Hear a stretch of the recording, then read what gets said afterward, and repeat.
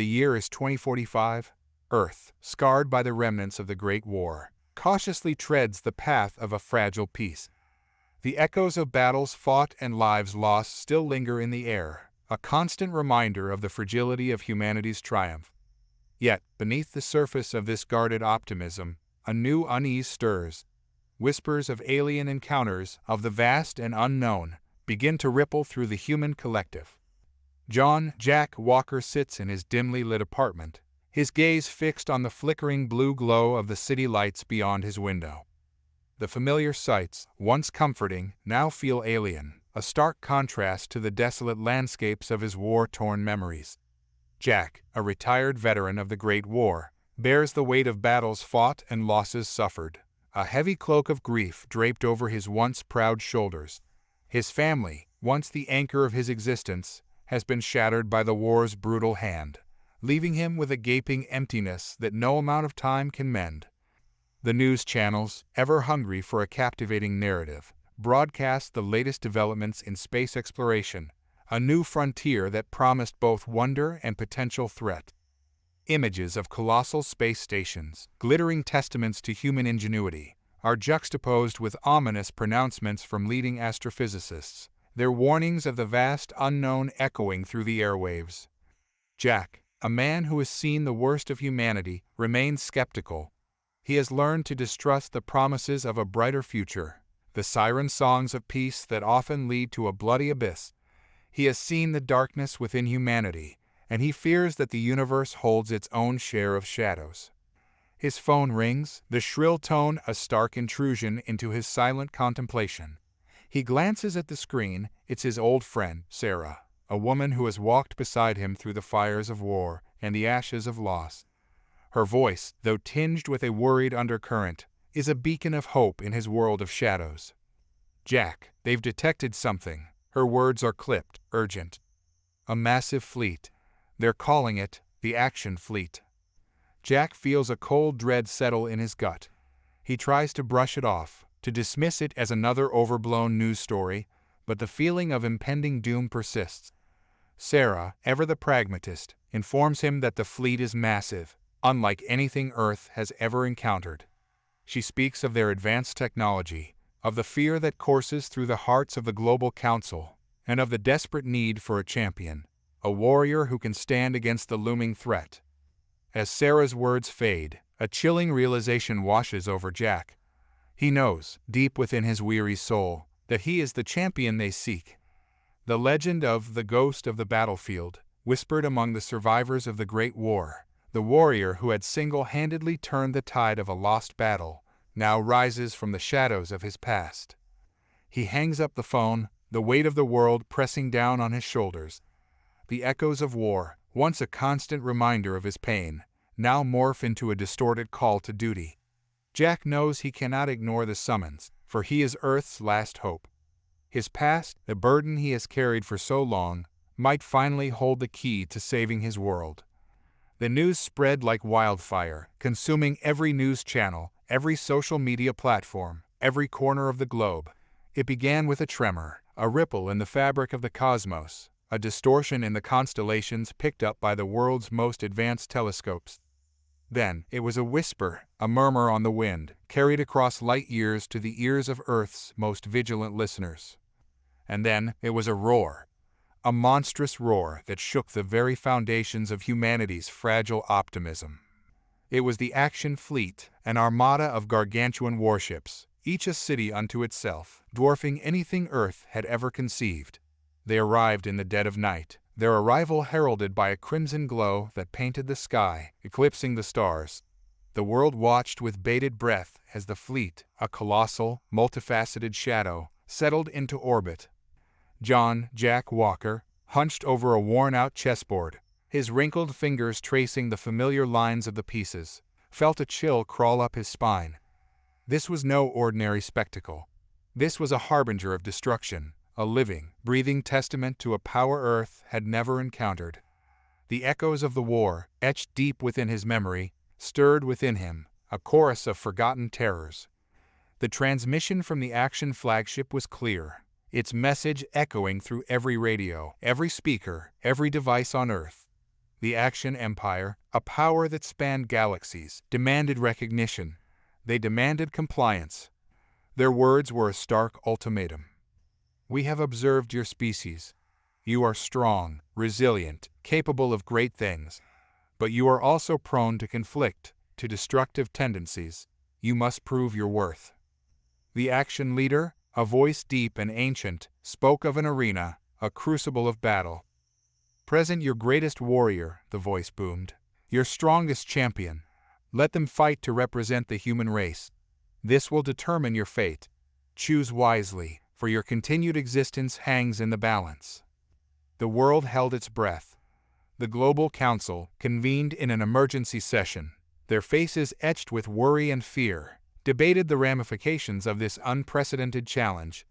Jack, watching the live feed on his ancient, flickering TV, felt a cold knot tighten in his stomach. Their demands were outrageous, their threat palpable. He knew this was no mere test of strength. It was a test of will, of survival. The image of the Axion champion, a creature of immense size and unfathomable power, filled the screen. Its features were vaguely humanoid, yet twisted into grotesque proportions. Its armor, a patchwork of shimmering metal and bone, hinted at both technology and savagery. This was no ordinary warrior. This was a force of nature, a testament to the raw power of the Axion Empire. Jack's mind raced, his past a swirling vortex of memories. The horrors of the war, the loss of his family, the weight of his own failures. It all swirled around him, a storm of guilt and regret, threatening to consume him. The Global Council's announcement came as no surprise. As if drawn by an invisible hand, their gaze landed on John Jack Walker. The legend whispered in the shadows, the man who had conquered fear and destruction. Earth's champion. Jack felt a familiar sensation rise within him, a cold dread that echoed the pain of his past. He was the champion they sought, the man who had walked through the fires of war, the only one who could possibly stand against the Axion champion. He was the only one who could offer them a chance to survive. But the price of survival was steep. To fight, to face the Axion champion, meant reliving his nightmares, confronting his past, and risking his life. It meant accepting the mantle of Earth's champion, a burden he had long strived to shed. As the Global Council's message echoed across the world, John Jack Walker, haunted by his past, felt the weight of the future rest upon his shoulders. He knew he had no choice. This was not a fight for glory, but a fight for survival. He was Earth's last hope. The news spread like wildfire, igniting a maelstrom of panic and disbelief across the globe. The Axion fleet, a monstrous armada that dwarfed anything Earth had ever seen, hung like a dark cloud over the planet, their demands echoing in the minds of every human. Surrender your strongest warrior to fight in their interstellar arena, or face annihilation. Jack, like millions across the globe, watched the unfolding drama unfold through the grainy images beamed from space. His own past echoed in the stark choice before humanity's surrender or perish. He had faced countless adversaries, felt the cold grip of fear and the searing heat of betrayal. But the Axion threat was unlike anything he had ever encountered. They were not just conquerors, but alien beings whose very presence seemed to defy the laws of physics. Days blurred into weeks as the Global Council grappled with the impossible decision. The weight of billions of lives rested on their shoulders, and the silence from the Axion fleet only amplified the pressure. The world held its breath, waiting for a response. Jack, a ghost haunting the fringes of society, found himself drawn to the news broadcasts, the sterile reports of the Council's deliberations. He saw the faces of those chosen to represent humanity, their expressions a mixture of fear and defiance. He felt a flicker of recognition in their eyes, a shared understanding of the burden they carried. His life, marked by loss and regret, suddenly held a strange, unsettling relevance. He was a warrior, forged in the fires of conflict, a fighter who had tasted victory and defeat, and who carried the scars of both. They sought a champion, someone to stand against the might of the Axion Empire, and in the whispers of his past, a chilling truth emerged. He was the champion they sought. One quiet evening, as the sun cast long shadows across his apartment, the news reported a breaking story. The Global Council had reached a decision they would send a warrior to the action arena. Jack's heart pounded in his chest, his memories swirling around him like a vortex. The news anchor, his voice solemn, announced the champion's name, John Walker. The world erupted in a cacophony of surprise and confusion. Jack, once a forgotten soldier, was now thrust into the spotlight, a beacon of hope for a world teetering on the brink of collapse. He felt the weight of expectation bearing down on him, a crushing responsibility that threatened to consume him. He had escaped the battlefield, sought refuge in the anonymity of a quiet life, but the echoes of war had followed him. Now he was being called back, not by duty, but by a desperate plea for survival. The news faded, leaving Jack alone in the stark silence of his apartment. He looked at the faded photographs on the shelf, memories of his life before a family torn apart, a world ravaged by conflict. He was a man of shadows, haunted by the ghost of his past. But now he stood at a crossroads, his choice etched in the fate of Earth. To surrender to the darkness that consumed him, or rise to the challenge, to face the Axion Empire and fight for his world. His hands trembled as he reached for a worn leather jacket, the scent of gunpowder and lingering smoke still clinging to its fabric. He had fled the battlefield, but the battlefield had found him again. The Axion Empire had chosen their champion, and Jack, once a soldier lost in the shadows, would become Earth's last hope. The weight of the world settled upon Jack Walker's shoulders like a leaden cloak. He sat in the sterile white room of the Global Council, the hushed whispers of the council members echoing in the cavernous space. They had chosen him, the champion, the last desperate hope of a terrified planet. The memories came in a rush, a soldier's life, a shattered family, a past etched in blood and fire. His service had earned him the title of the Shadow, a whisper of a legend that had kept him from the light, a ghost that haunted the battlefield. But now, the world looked to him for salvation, for the impossible. Jack felt the familiar tightness in his chest, the phantom sting of shrapnel in his arm. He was a broken man, his soul scarred by the horrors he had witnessed. He had sworn never to return to the battlefield, to leave war behind in the dust of time. Yet, here he was, staring into the face of a new, unspeakable threat. The Axion demands had sent shockwaves through the world. Their fleet, a terrifying spectacle of power and alien technology, demanded a champion to fight in their arena, a champion chosen by Earth. It seemed an absurd request, a cruel joke from a superior force. But the Axion Empire was not known for humor. They were known for their cold efficiency, their ruthless ambition. The Council's faces, etched with worry, reflected the fear of a world staring into the abyss. Their words, carefully chosen and laced with a desperate hope, echoed in the chamber. They were offering him a chance, not to win, but to buy them time, to give Earth a glimmer of hope in a bleak moment. Jack stood, the weight of the decision settling upon him like a suffocating weight. He could refuse, disappear into the shadows, let others bear the burden. But his heart, hardened by war, was still a soft place, a place that held the faint, flickering flame of hope for a world he had sworn to protect. He was Earth's last hope, a champion forced upon him by the cruel twist of fate. "I'll do it," he said, his voice a rasp, a ghost of the man he once was. The council members exchanged relieved glances, their faces softening with a sliver of hope.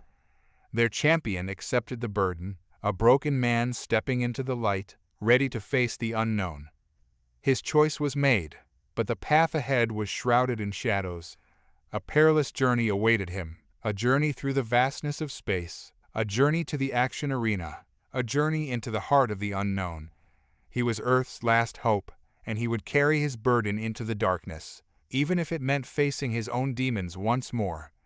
The ship, christened Vanguard by a hopeful Earth, was a stark contrast to the majestic Axion vessel that had shadowed them since their departure. It was a testament to humanity's ingenuity, cobbled together from the remnants of past wars, its sleek lines marred by hastily patched repairs. The sheer size of the Axion ship loomed over them, a constant reminder of the gulf between their worlds. Jack stood on the bridge, gazing out at the swirling nebulae that painted the void with an eerie beauty. His reflection, a gaunt face etched with the scars of war and etched with a new, deeper anxiety. He could still feel the weight of the Global Council's decision, the silent burden he carried, the fate of Earth resting on his shoulders.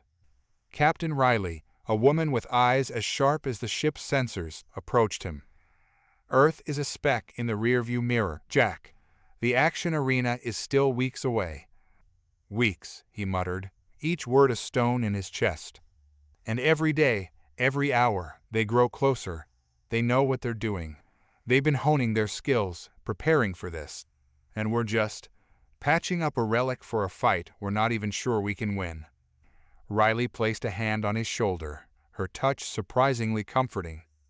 "They might be bigger, but we're not a bunch of green recruits. We have Jack Walker aboard. We have you." Her words were a balm, but the sting of reality lingered. Jack had spent a lifetime learning the language of war, but the action language was alien, a symphony of whispers and threats. He knew fear, the chilling whisper of doubt that threatened to unravel him. He had faced down enemies in the trenches and on battlefields, but this was different, a fight against the unknown, against a power he couldn't comprehend. Days bled into weeks, the monotonous hum of the ship's engines his only companion. The journey was a crucible, stripping away the illusion of progress, revealing the stark truth. They were hurtling towards a showdown for which they were woefully unprepared. The action champion, a monstrous figure whispered about in hushed tones, was a specter haunting his dreams. He started to train, not to defeat a monster, but to survive, to buy Earth a few more breaths. Captain Riley had assembled a team, a motley crew of survivors from past wars, each with their own scars.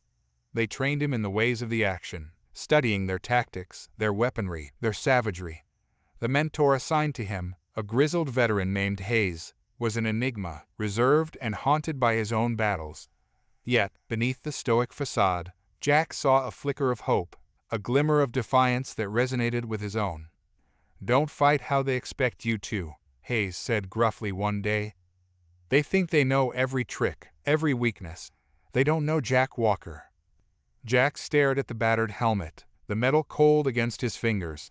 He felt the weight of Earth, the hopes and fears of billions resting on his calloused hands. The journey to the action arena might have been a long one, but the true battle was just beginning. A fight not only against a monstrous foe, but against the insidious whispers of doubt and fear that threatened to consume him. The arena was waiting, and so was he. The airlock hissed open, releasing a rush of sterile, metal-scented air that sent a shiver down Jack's spine. Stepping out onto the vast, metallic platform of the action training grounds, he felt a wave of vertigo. The grandeur of the action ship dwarfed even his most vivid battlefield memories. Towering structures, gleaming with an alien luminescence, stretched towards the vastness of space. A chill wind, laced with the faint tang of ozone, whipped around him, carrying with it a sense of foreboding. "Welcome, champion of Earth," a voice boomed, reverberating off the metallic walls. An imposing figure, clad in a sleek, silver suit etched with intricate symbols, materialized beside him. "I am Carr, your mentor. We have much work to do." Jack's gaze swept over the training grounds. Targets, ranging from human-sized drones to gigantic, pulsating orbs that hummed with an unsettling energy, were scattered across the vast expanse. It was a stark contrast to the training ranges he remembered from Earth, with their earthy scents and familiar sounds of camaraderie. This was a stark, alien landscape, echoing the cold, calculated nature of his adversary. The days that followed were a brutal forge, each training session a hammer blow against Jack's spirit. Carr, a master of action martial arts, pushed him beyond his limits, forcing him to exploit his human adaptability and cunning. Jack was a seasoned soldier, experienced in Earth's brutal realities, but the action techniques were a language he had yet to decipher. Each swing of his blade, each parry, was a struggle against both his opponent and the ghost of his past. He was not alone in this struggle. A team of action technicians, their faces hidden behind translucent visors, monitored his progress, calibrating the training simulations and adjusting resistance levels. Their eyes, however, seemed to hold more than scientific curiosity. They observed him with a detached, unnerving intensity, their reactions to his progress puzzlingly muted. "Your human reflexes are impressive, champion," Carr said, his voice a low rumble that echoed through the training arena. "But you are still too reliant on your old ways. To defeat the Axion champion, you must learn to embrace the chaos." Jack forced himself to breathe, his chest constricted by the weight of Carr's words. The Axion champion, a creature of unimaginable power, a predator unlike anything he had faced before. The memories of his own past battles, the faces of fallen comrades, the echoes of explosions and screams, came flooding back, threatening to engulf him. He could feel the team's silent observation as he engaged with the next simulation, a swarm of robotic spiders, each equipped with razor-sharp claws and venomous stingers. They moved with an unnerving fluidity, their movements almost impossible to predict. The training ground was awash in the harsh light of battle, the simulated spiders' attacks a symphony of metallic clangs and the hiss of energy blasts. But Jack had fought in wars that had ravaged this planet. He had faced foes that would make these simulations pale in comparison. He channeled his fear, the echoes of his past, into a ferocious focus. He danced with the spiders, his movements a blur of steel and strategy, each strike calculated and precise. The air was thick with the metallic scent of burnt circuits and the acrid tang of ozone. Eventually, the spiders fell, their metallic bodies lying inert on the training ground. Jack stood amidst the wreckage, his breath coming in ragged gasps, his body aching with exertion. He could feel the weight of the team's gaze. "You are learning, champion," Carr acknowledged, his voice a gruff respect. "But the real test awaits. You must control the chaos, not simply react to it." Jack knew the real test was on its way. He was being forged in the crucible of this alien training ground. His past, a constant companion, was now a source of strength, a reminder of the resilience he held within. This wasn't just about survival, it was about proving the human spirit, even against a seemingly insurmountable foe, could prevail. The air inside the training facility hummed with a sterile intensity. It was a world of steel and glass, echoing with the clanging of metal and the rhythmic thud of boots against the reinforced floor. Jack Walker stood in the center of a vast training chamber, the metal walls shimmering with holographic projections of his opponent's Axion warriors, their movements fluid and lethal, their weaponry impossibly advanced. He wasn't alone. A figure, cloaked in the shadows of the chamber, observed his every move. It was Captain Elias, a hardened veteran of Earth's wars, his weathered face etched with the memories of battles fought and victories won. Elias had been tasked with preparing Jack for the fight of his life, a fight against an opponent unlike anything he'd ever faced. "You're too hesitant, Walker," Elias's voice sliced through the air. "They're not human. They don't think like we do. You need to anticipate, predict, and strike before they can react." Jack felt a familiar tightness in his chest. The memories, dormant for years, woke with a vengeance, images of battlefields, the screams of fallen comrades, the weight of his past failures. He'd walked away from the war, left a shell of a man, haunted by the ghosts of those he'd lost. Now, he was being forced to confront those ghosts, to face the demons that had driven him to the brink. "I know," Jack rasped, his voice rough with the unspoken burden he carried. "It's just different. Their movements, their weapons, they're on another level." Elias shook his head, a flicker of understanding in his eyes. "They're not invincible, Walker. They have weaknesses, just like any other creature. You just have to find them. You have to fight smarter, not harder." He pointed to a holographic projection of an Axion warrior, its movements fluid and precise. "Their weapons are powerful, but their defenses are not absolute. There are gaps in their armor, points of vulnerability. You need to exploit those gaps. You need to become a predator, not a prey."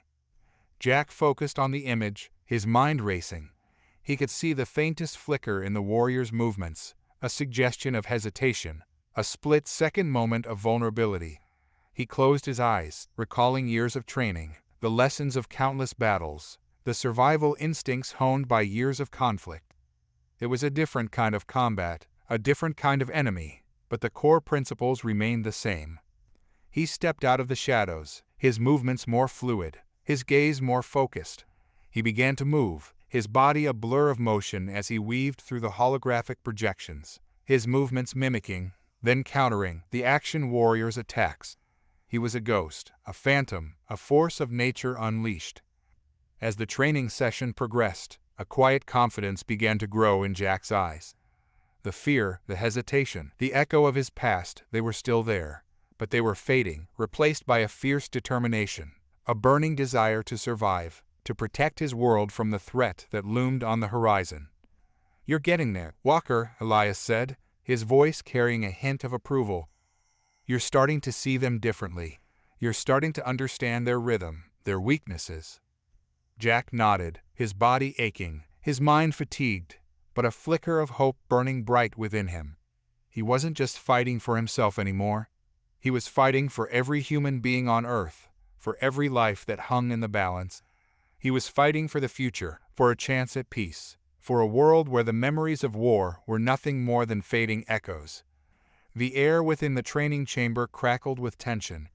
It was a stark, metallic space dominated by a holographic projection of the Axion arena, a vast, swirling vortex of energy, a battlefield where gravity itself seemed to bend to the will of its creators. Jack stood before the holographic projection, a silhouette against the swirling energy. Sweat beaded on his forehead, his muscles tense, the echo of his ragged breaths, the only sound in the silent chamber. He stared at the arena, a knot of apprehension clenching in his stomach. His mentor, a wiry, battle-hardened man named Kai, observed him with a stoic expression, his eyes like those of a hawk. "You've spent weeks training, Jack," Kai said, his voice a low rumble. "Pushing yourself to the limit, mastering every weapon and tactic I've shown you. But the arena is different. It doesn't care for your past, your anxieties. It only cares for one thing, victory." Jack swallowed hard. His past had become a phantom limb, a constant ache that refused to fade. His memories of war, the faces of fallen comrades, the guilt that clung to him like a second skin, they were a constant weight. It wasn't just the physical challenge that worried him, it was the psychological torment, the fear he couldn't quite shake loose. "The Axion champion, they are unlike anything we've ever encountered," Jack muttered, his voice barely above a whisper. He had seen the footage of the previous champions, their movements swift and fluid, their power overwhelming. The Axion champion, however, was a blur in the footage, a whirlwind of energy and violence that seemed to defy the very laws of physics. Kai clapped a hand on Jack's shoulder, his grip firm. "Fear is a tool, Jack, not a weapon. It can paralyze, or it can be the fuel that drives you to greatness." He paused, his gaze piercing. "The Axion champion is powerful, yes, but they are not invincible." Jack met Kai's unwavering gaze, a flicker of resolve igniting within him. He knew Kai was right. He had to overcome his fears, to rise above his past. He had to be more than a soldier, more than a broken man. He had to be the champion Earth needed, the embodiment of their hope and resilience. "Let me show you something," Kai said, gesturing to the holographic projection. The arena shifted, the swirling energy coalescing into a mirror image of Jack. It was a perfect replica, from the way he held his weapon to the scars that etched his face. "This is you, Jack," Kai said, his voice solemn. "This is your reflection in the arena. You are both the champion and the challenger. It's your strength, your skill, your willingness to fight that will determine the outcome, not their power or your past." Jack stared at his reflection, the image a stark reminder of the path he had chosen. It was a path fraught with danger, but he had to walk it. He had to fight not just for Earth, but for the ember of hope that flickered within him. He had to prove to himself, and to the world, that he was more than just a broken man. He was a champion, a guardian, a warrior who would face the impossible and strive for victory. "I'll face them," Jack declared, his voice firm. The fear remained, a shadow in the corner of his mind, but he would not let it control him. He would fight, he would persevere, and he would, if he had to, die a champion. His reflection in the arena mirrored his resolve, a silent promise whispered into the swirling vortex of the battlefield. The sterile white walls of the training facility felt like a prison. Jack stared at his reflection in the polished metal floor, his face a mask of weariness. The echoes of the Axion ship's engines still reverberated in his mind, a constant reminder of the colossal power they faced. Every step he took on Earth now felt hollow, a mere shadow of the life he once knew. He turned, the sudden movement causing a sharp pang in his shoulder. A reminder of the blast that had almost ended his life, the blast that had taken his family. It had been years, yet the memory still ripped through him like a fresh wound, blurring the lines between past and present. "You're not focused, Walker," a deep voice said, snapping him out of his reverie. Sergeant Miller stood before him, his weathered face lined with concern. Miller had been a mentor to Jack in the old days, a source of strength when his world had fallen apart. Now, he was the only one who truly understood the invisible chains that bound him, the echoes of a past that refused to fade. "I'm doing my best," Jack muttered, his voice rough with suppressed emotions. Miller sighed, his gaze unwavering. "You're holding back, Jack. The past is a burden, yes, but dwelling on it is a cage of your own making. You have a mission now, a chance to protect Earth. It's time to let go of the ghosts." Jack's knuckles turned white as he clenched his fists. His memories weren't ghosts, they were the ghosts of his family, the remnants of a life shattered by war. He couldn't let go of them, not entirely. "The Axion champion," he said, his voice low and strained. "He's different. Powerful. Beyond anything we've ever seen." "He's not invincible, Walker," Miller replied, his voice firm. "He's just an animal, driven by primal instincts. You've faced more cunning opponents than him. You've survived worse battles." Jack knew Miller was right. He had fought through countless skirmishes, seen the darkest corners of humanity. He was a veteran, a survivor. But the Axion champion represented something else entirely, a threat unlike any he had encountered. This wasn't about strategy or tactics. It was about a fundamental difference, a clash of worlds. "We need a plan," he said, his voice regaining some of its lost strength. "We can't just charge in blind." Miller nodded, a glint of understanding in his eyes. "That's why we're here, to prepare you. We've studied their technology, their tactics, and we've prepared a strategy that plays to your strengths." Jack stared at the gleaming training equipment, a cold dread crawling down his spine. Their strength. What strength remained after the war, after his family was gone? He had a choice: succumb to the past, become a prisoner of his own memories, or embrace the challenge, fight for a future he wasn't sure he deserved. He closed his eyes, the echoes of the Axion ship's engines fading into a low hum, a constant reminder of the fight that awaited him. He would fight. He would fight for his world, for the future, for the faint ghost of hope that still lingered in his heart. He would fight, even if it meant facing his own demons in the process. The air thrummed with a low, mechanical hum. Jack, eyes squeezed shut, breathed in the metallic scent of the training chamber. His muscles, aching from hours of grueling exercises, screamed for respite. He was a canvas, stretched taut by the relentless pressure of his mentor, a grizzled veteran named Lieutenant Commander Vargas. "You're not a soldier anymore, Walker," Vargas rasped, his voice a stark contrast to the rhythmic clang of steel on steel. "You're a weapon, a single point of precision against a vast army, and weapons need to be honed." Jack cracked open an eye, catching a glimpse of the sleek, silver training blade Vargas wielded. He remembered the visceral fear of his first deployment, the cold dread that clung to him like a second skin. The memories were a relentless tide, threatening to pull him back into the abyss. But Vargas, with his weathered face and unwavering gaze, had become a beacon. "I'm not sure I can handle this," Jack admitted, his voice laced with exhaustion.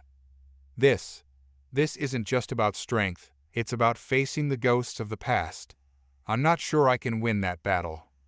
"You're not alone," Vargas said, his voice softer now. "We all carry those burdens. But you have a purpose, Walker, a responsibility. To protect your world, you have to find the strength inside."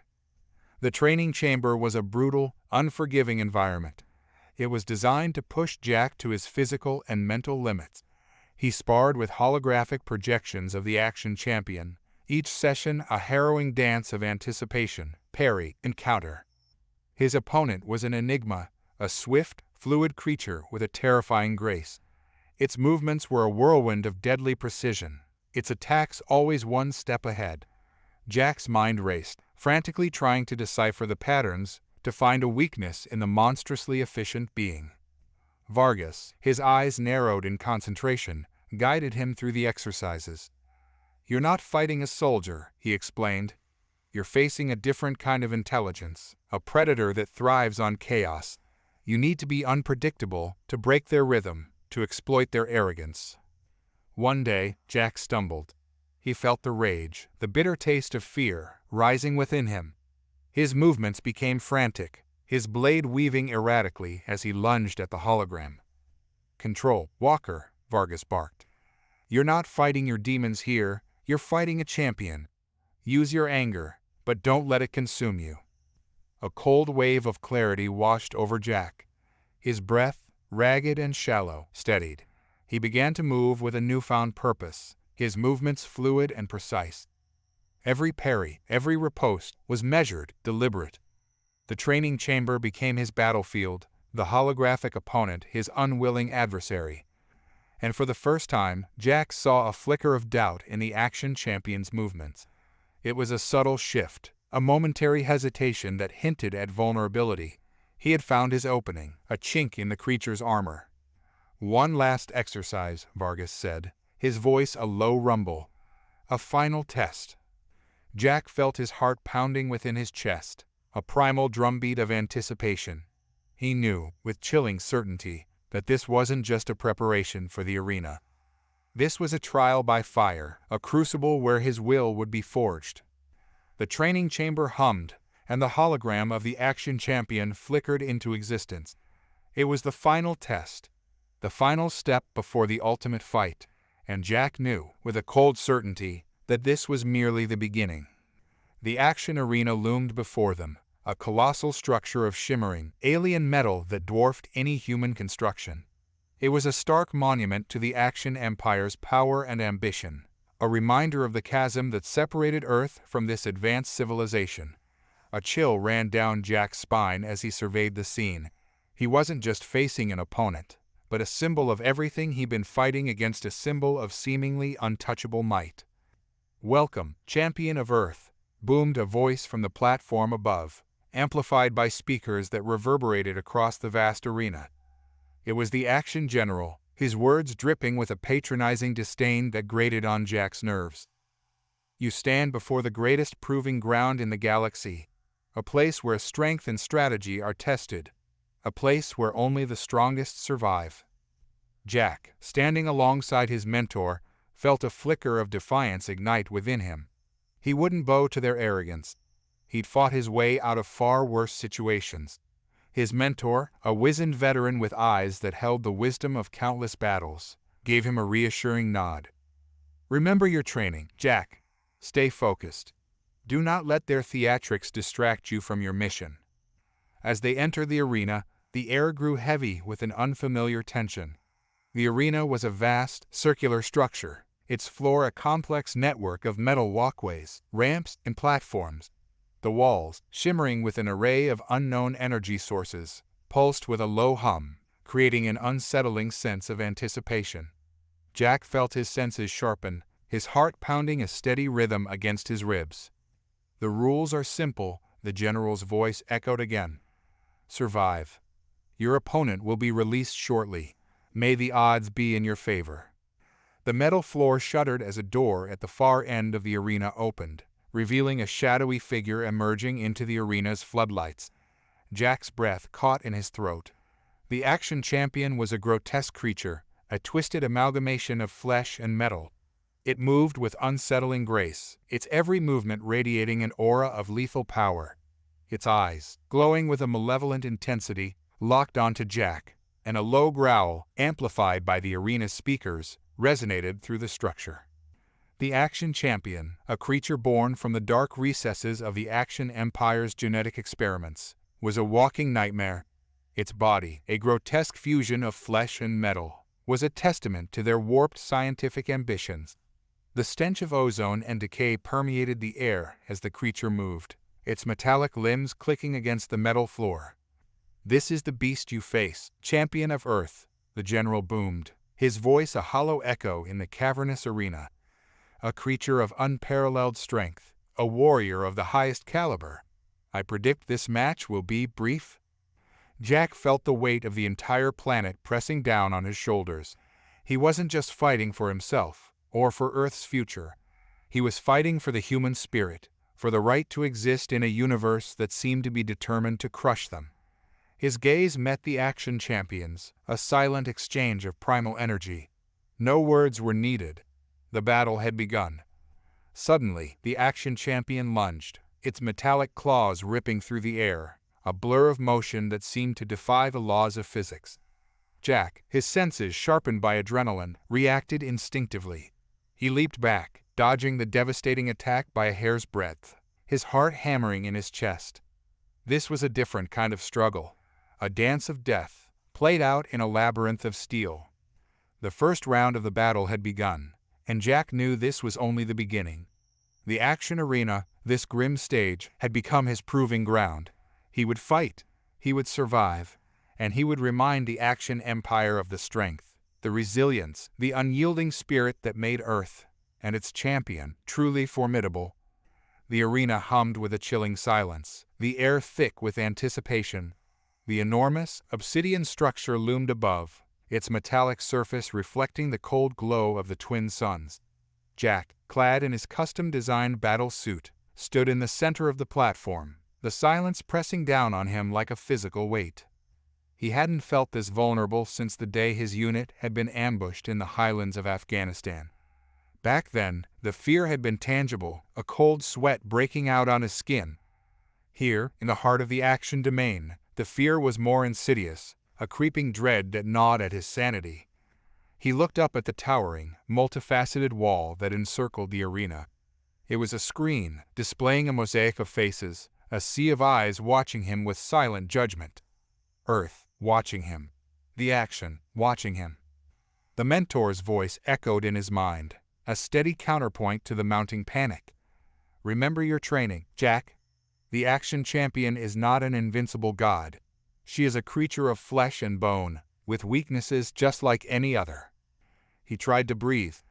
The air was thin here, almost suffocating, as if the very atmosphere of the arena was conspiring against him. But he had to focus. He had to remember his training, his purpose. This was not just a battle for survival, it was a battle for Earth.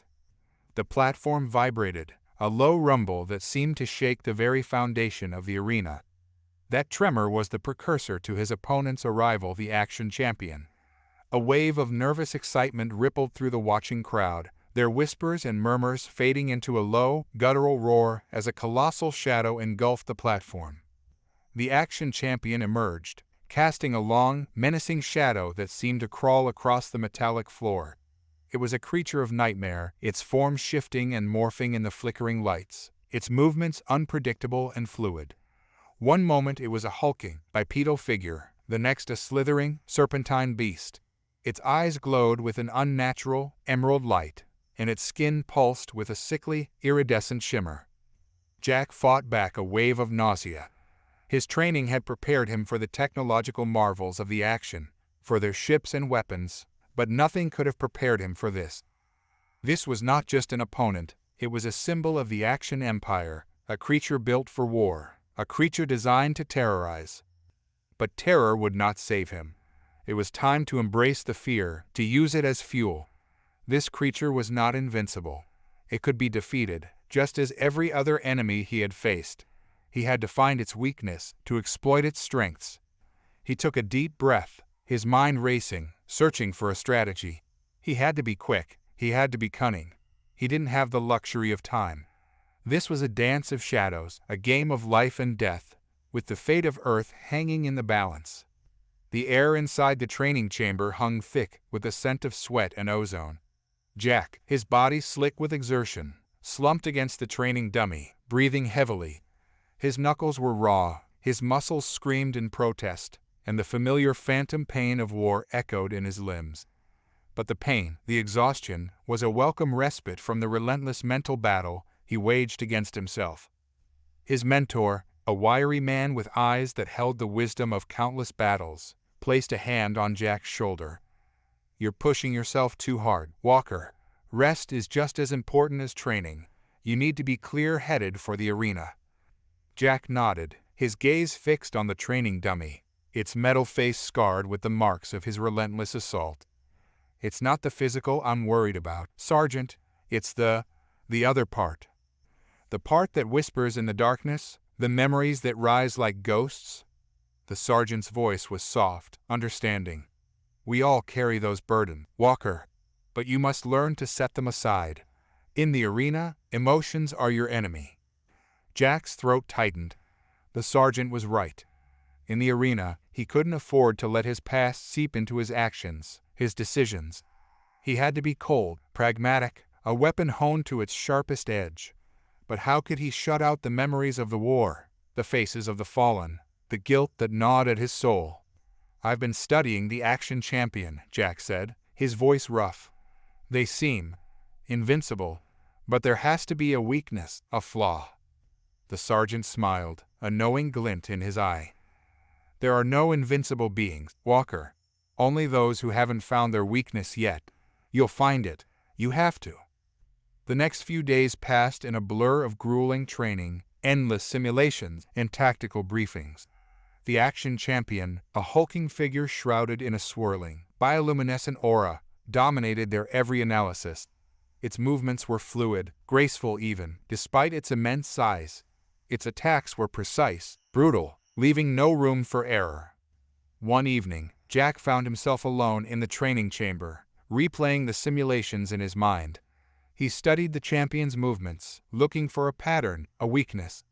He ran the simulations again and again, each time focusing on a different aspect of the champion's attack. Suddenly, a detail caught his eye, a slight pause, a barely perceptible hesitation in the champion's movements. It was a fraction of a second, a blink of an eye, but it was enough. It was a chink in the armor of its seemingly perfect defense. "There," Jack whispered, a spark of hope igniting within him. "That's it. The moment of vulnerability. I just need to exploit it." The knowledge brought a surge of adrenaline, a renewed sense of purpose. He had a plan, a strategy that could turn the tide of the battle, a sliver of hope in the face of the seemingly impossible. But as a wave of elation swept over him, a chilling image flashed in his mind, the mangled face of his brother, the blood staining the battlefield, the echoing screams of the fallen. The hope he had felt moments before began to fade, replaced by a gnawing fear, a fear that this time he might not make it back. The journey to the Axion arena loomed like a dark shadow, a reminder of the colossal challenge that awaited him. He knew the weight of Earth's survival rested on his shoulders, and the echoes of the arena whispered of a destiny he was not sure he was ready to face. The airlock hissed, a symphony of mechanical groans announcing their arrival within the Axion arena. Jack stepped out onto the metallic platform, a stark contrast to the lush biodome of the training facility. This was no longer a simulated battlefield. This was the real deal. The arena stretched before him, a vast expanse of steel and shadow. Towering structures, crafted from an unknown, shimmering metal, clawed at the artificial sky, casting a web of intricate shadows across the floor. This was a labyrinth of steel, a cage built for champions. His eyes, accustomed to the sterile white of the training facility, struggled to adjust to the cold, metallic tones of the arena. The only light source was a series of pulsating orbs, casting an unnatural, sickly green glow that turned the shadows into grotesque shapes. "Welcome, Earth Champion," a voice echoed through the arena, amplified by a network of unseen speakers. "You have arrived. The trials await." Jack didn't reply. He was too busy studying the arena, searching for any hint of the Axion champion's presence. The air was thick with anticipation, a palpable tension that hummed just beneath the surface. A sudden crackle of energy pulsed through the platform. A hologram, shimmering with the same sickly green light as the orbs, materialized before him. It was a grotesque creature, its body a twisted fusion of organic and mechanical parts. Its eyes, two glowing orbs of pure white, stared at Jack with an unsettling intensity. "I am the Axion champion," the voice rasped, distorted by the mechanical implants that fused with its flesh. "Prepare for your final battle." The image flickered, dissolving into 1,000 slivers of green light. The platform shuddered, a mechanical tremor warning Jack that the arena was coming alive. "Prepare your champion," the voice echoed again. "The trials begin." He turned to find his mentor, the seasoned soldier who had pushed Jack to his limits, standing behind him. The mentor's face was a mask of steely calm, but his eyes held a flicker of concern. He knew what Jack was facing. He knew the dangers that lurked within this labyrinth of steel. "This isn't a battle, Jack," the mentor whispered, his voice strained. "It's a game, and the rules are as cruel as their champion." Jack nodded, his gaze fixed on the arena. He understood the mentor's words.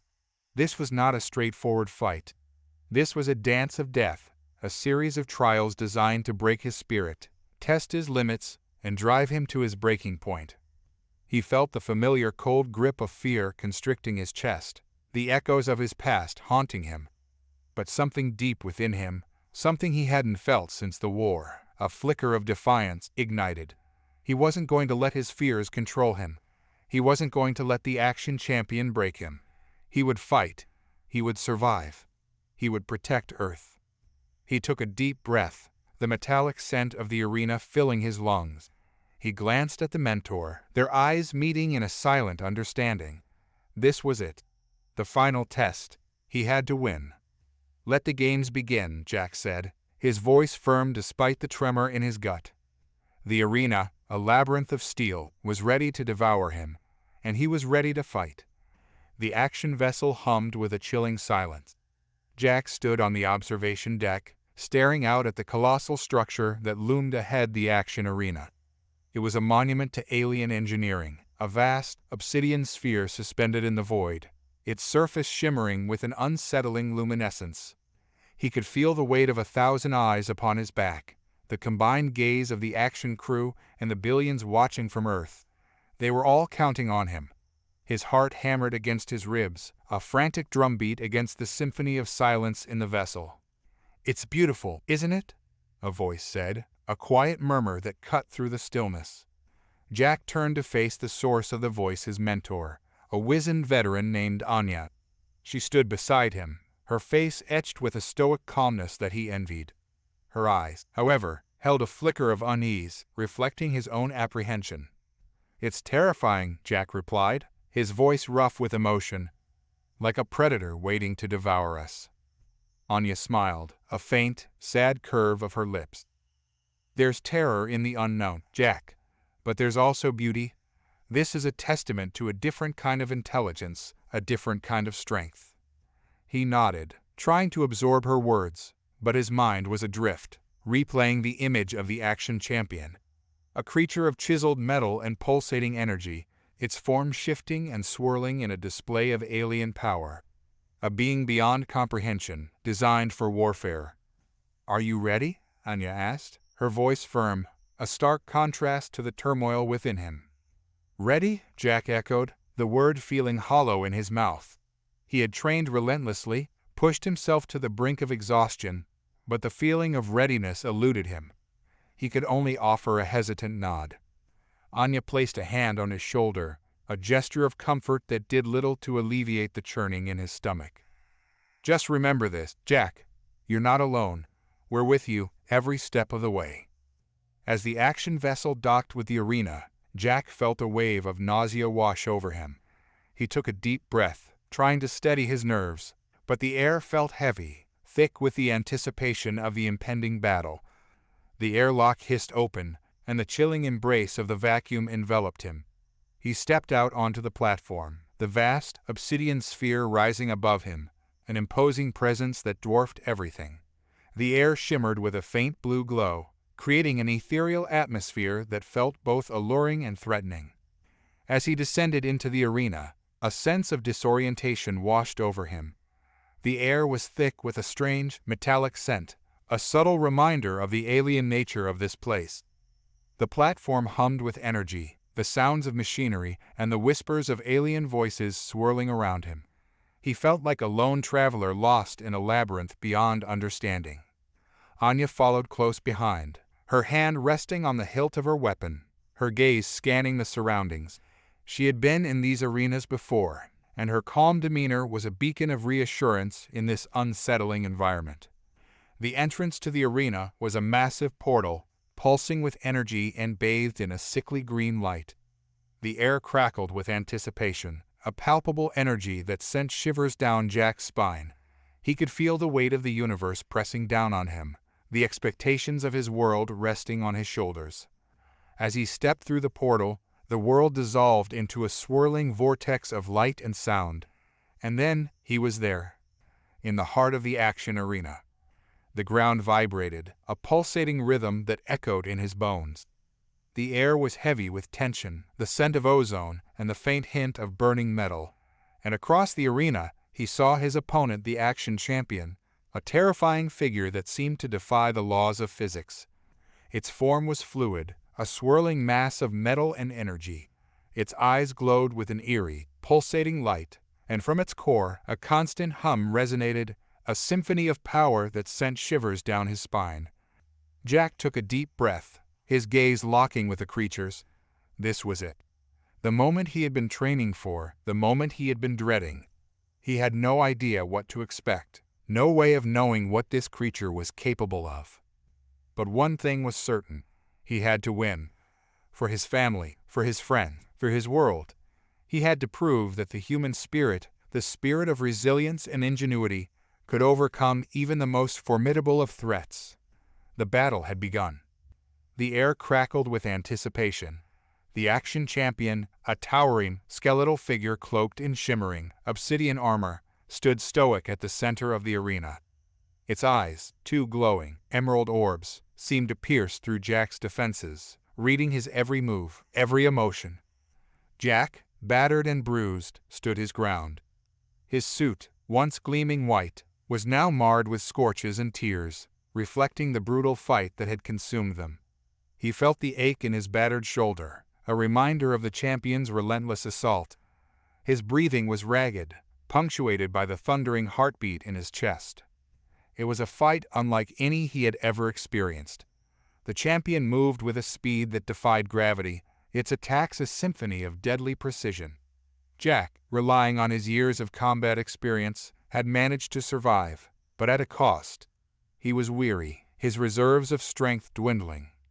As the silence stretched, a guttural roar echoed through the arena, shaking the very foundation beneath them. The champion charged, its obsidian blade glinting under the artificial light. Jack, anticipating the attack, rolled aside, narrowly avoiding a blow that would have cleaved him in two. He sprung to his feet, his mind racing, searching for an opening. He was outmatched in strength, outmatched in speed, but he held in advantage his humanity. He could think, he could strategize, he could adapt. As the champion pressed its attack, Jack began to see a pattern. The creature's movements, while powerful, were predictable. It fought with brute force, relying on instinct and raw power rather than complex tactics. He needed to exploit this, to use its own strength against it.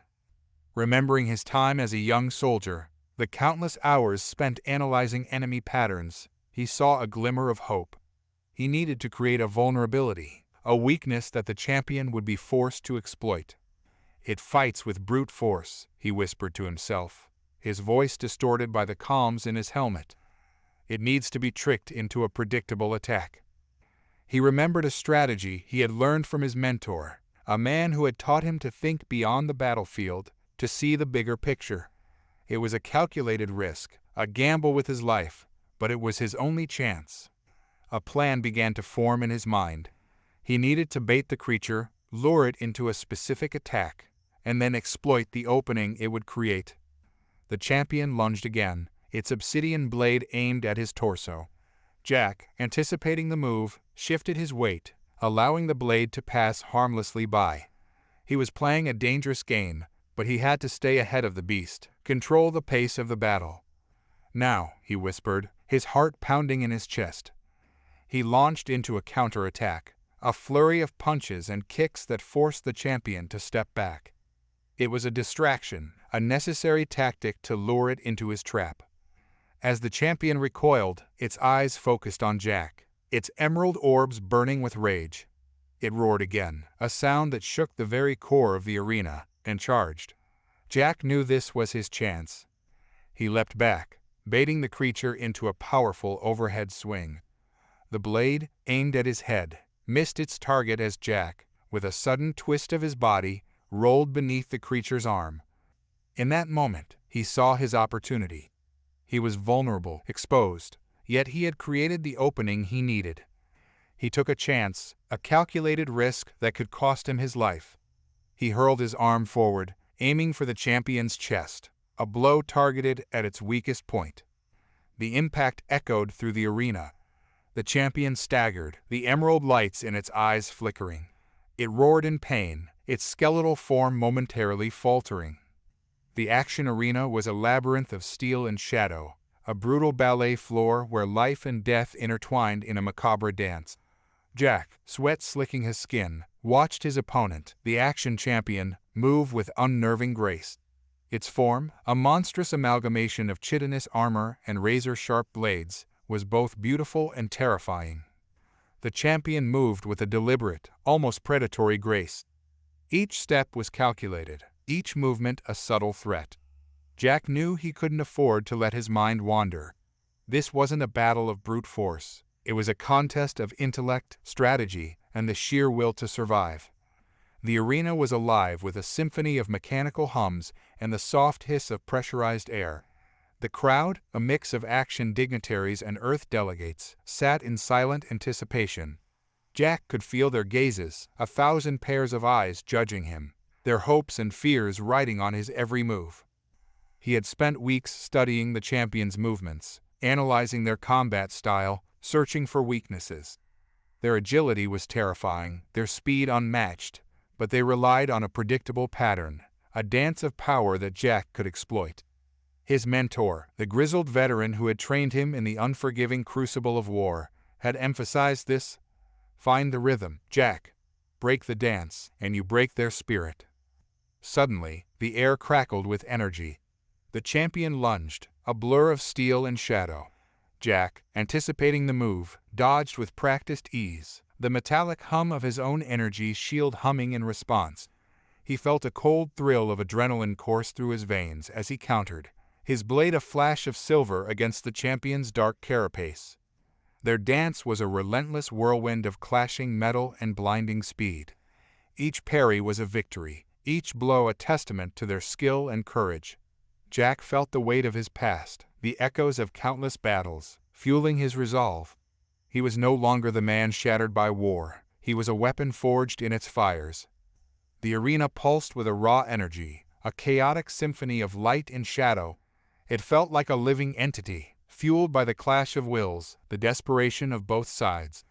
The champion, sensing his opponent's newfound confidence, retaliated with a ferocity that made Jack's blood run cold. But Jack was ready. He had learned to predict their movements, to anticipate their every attack. He danced with shadows, a phantom warrior weaving through the storm of blades. But the dance of shadows had its own rhythm. Jack felt a flicker of doubt as the champion's pace quickened, their attacks becoming more unpredictable. Was he reading the dance wrong? Was this a trap? He heard the whispers of fear creeping into the crowd. Earth's hopes, pinned on his shoulders, were starting to crumble. The champion was relentless, a creature fueled by a savagery that dwarfed even Jack's own. This wasn't a fight he could win by brute force alone. He had to change the rhythm, to break the dance, to create a new melody. The champion's attack came in a flurry, a storm of razor-sharp blades. Jack, his heart pounding, saw an opportunity, a tiny window of vulnerability, a lapse in the rhythm. He knew he had to make this count. He lunged forward, his blade a blur, aiming for a weak point in the champion's armor.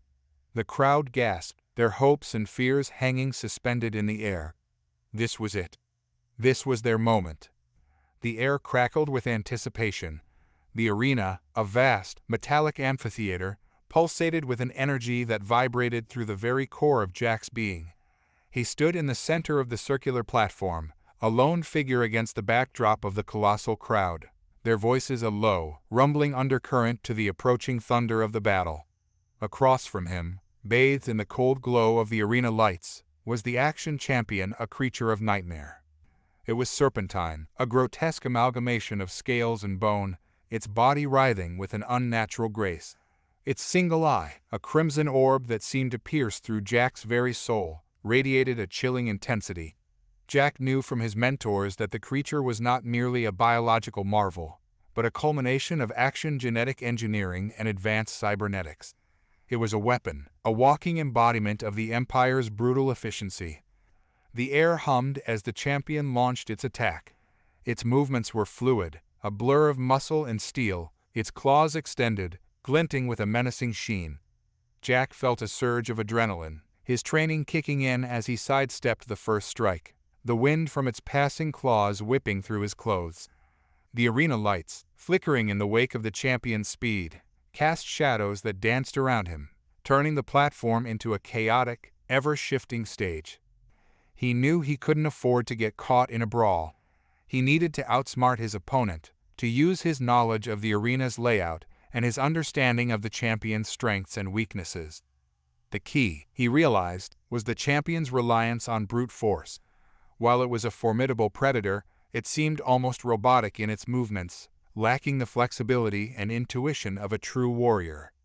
He feigned a right hook, a move the champion had easily countered in their training simulations, but then followed it with a swift, calculated jab to the creature's left flank. It staggered, its scales shimmering in the flickering light as pain rippled through its frame. The crowd roared, a wave of sound echoing through the arena, a symphony of surprise that gave Jack a fleeting sense of satisfaction. He pressed his advantage, keeping the champion moving, forcing it to react instead of dictate the pace. He weaved through its attacks, pushing it towards the edge of the platform, maneuvering it into a corner where it was forced to fight with less room to maneuver. He used this to his advantage, exploiting the champion's reliance on brute force with a series of kicks and punches, each one aimed at disrupting its rhythm. The champion's eye, once burning with predatory hunger, now flickered with a spark of confusion. It was a glimmer of hope, a crack in the armor of this seemingly invincible creature. Jack, his muscles burning, his breaths coming in ragged gasps, sensed a shift in the tide of the battle. He was pushing the creature back, draining its strength, slowly but surely breaking its confidence. As he lunged forward, a new strategy forming in his mind, he caught a glimpse of his reflection in the champion's crimson eye. He saw not a broken man, but a warrior honed by the crucible of conflict, a man reborn in the heart of this impossible fight. He was no longer just Jack Walker, the veteran haunted by ghosts. He was Earth's champion, and in the depths of this alien arena, he was finding his own strength, his own will to survive. The air crackled with the raw energy of 1,000 storms. The Axion arena, a metallic colossus that dwarfed even the grandest human constructions, hummed with an anticipatory buzz. A silence so deep it was almost deafening settled over the vast audience, a mix of Axion dignitaries, Earth representatives, and the countless creatures drawn by the allure of galactic spectacle. Jack, clad in a suit of Earth-forged armor, felt the weight of 1,000,000 eyes upon him. His heart, a drum against his ribs, echoed the rhythm of the arena's throbbing pulse. His opponent, the Axion champion, stood in the center of the circular battlefield, a silhouette of pure, terrifying power against the backdrop of swirling nebulas projected onto the arena's dome. The champion was an impossible amalgamation of flesh and metal, its form shifting between a reptilian predator and a biomechanical monstrosity. Its eyes, twin embers in its obsidian skull, burned with an unholy intelligence. The air around the champion was static, filled with a palpable energy that made the hairs on Jack's neck stand on end. He felt a hand on his shoulder, firm and reassuring. The mentor, his weathered face etched with worry, yet his eyes unwavering in their confidence. "Remember, Jack," his voice was a low rumble, "it's not about winning, it's about survival. Prove to them that a warrior's spirit can outlast even the mightiest of foes." Jack nodded, the mentor's words a beacon in the storm of his apprehension. He had trained for this, pushing his body and mind to their limits, but the sheer magnitude of the task still felt insurmountable. The champion was an embodiment of the Axion Empire's power, a force of nature given form. The battle began with a roar, not of men or beasts, but of technology. The champion launched an assault, a barrage of energy blasts that carved deep trenches into the arena floor. Jack barely dodged, his reflexes honed by years of combat, but each close call chipped away at his composure. This was not a fight, it was an execution. He fought back, his movements fluid and precise, each strike aimed with deadly accuracy. He used the arena's environment to his advantage, weaving through holographic projections, leaping over shifting platforms, and manipulating the force fields that surrounded the battleground. Every move was a calculated risk, a gamble against the champion's brute strength. He knew this was a game of attrition, a testament to his endurance. There was no glory in this battle, only the grim determination to survive.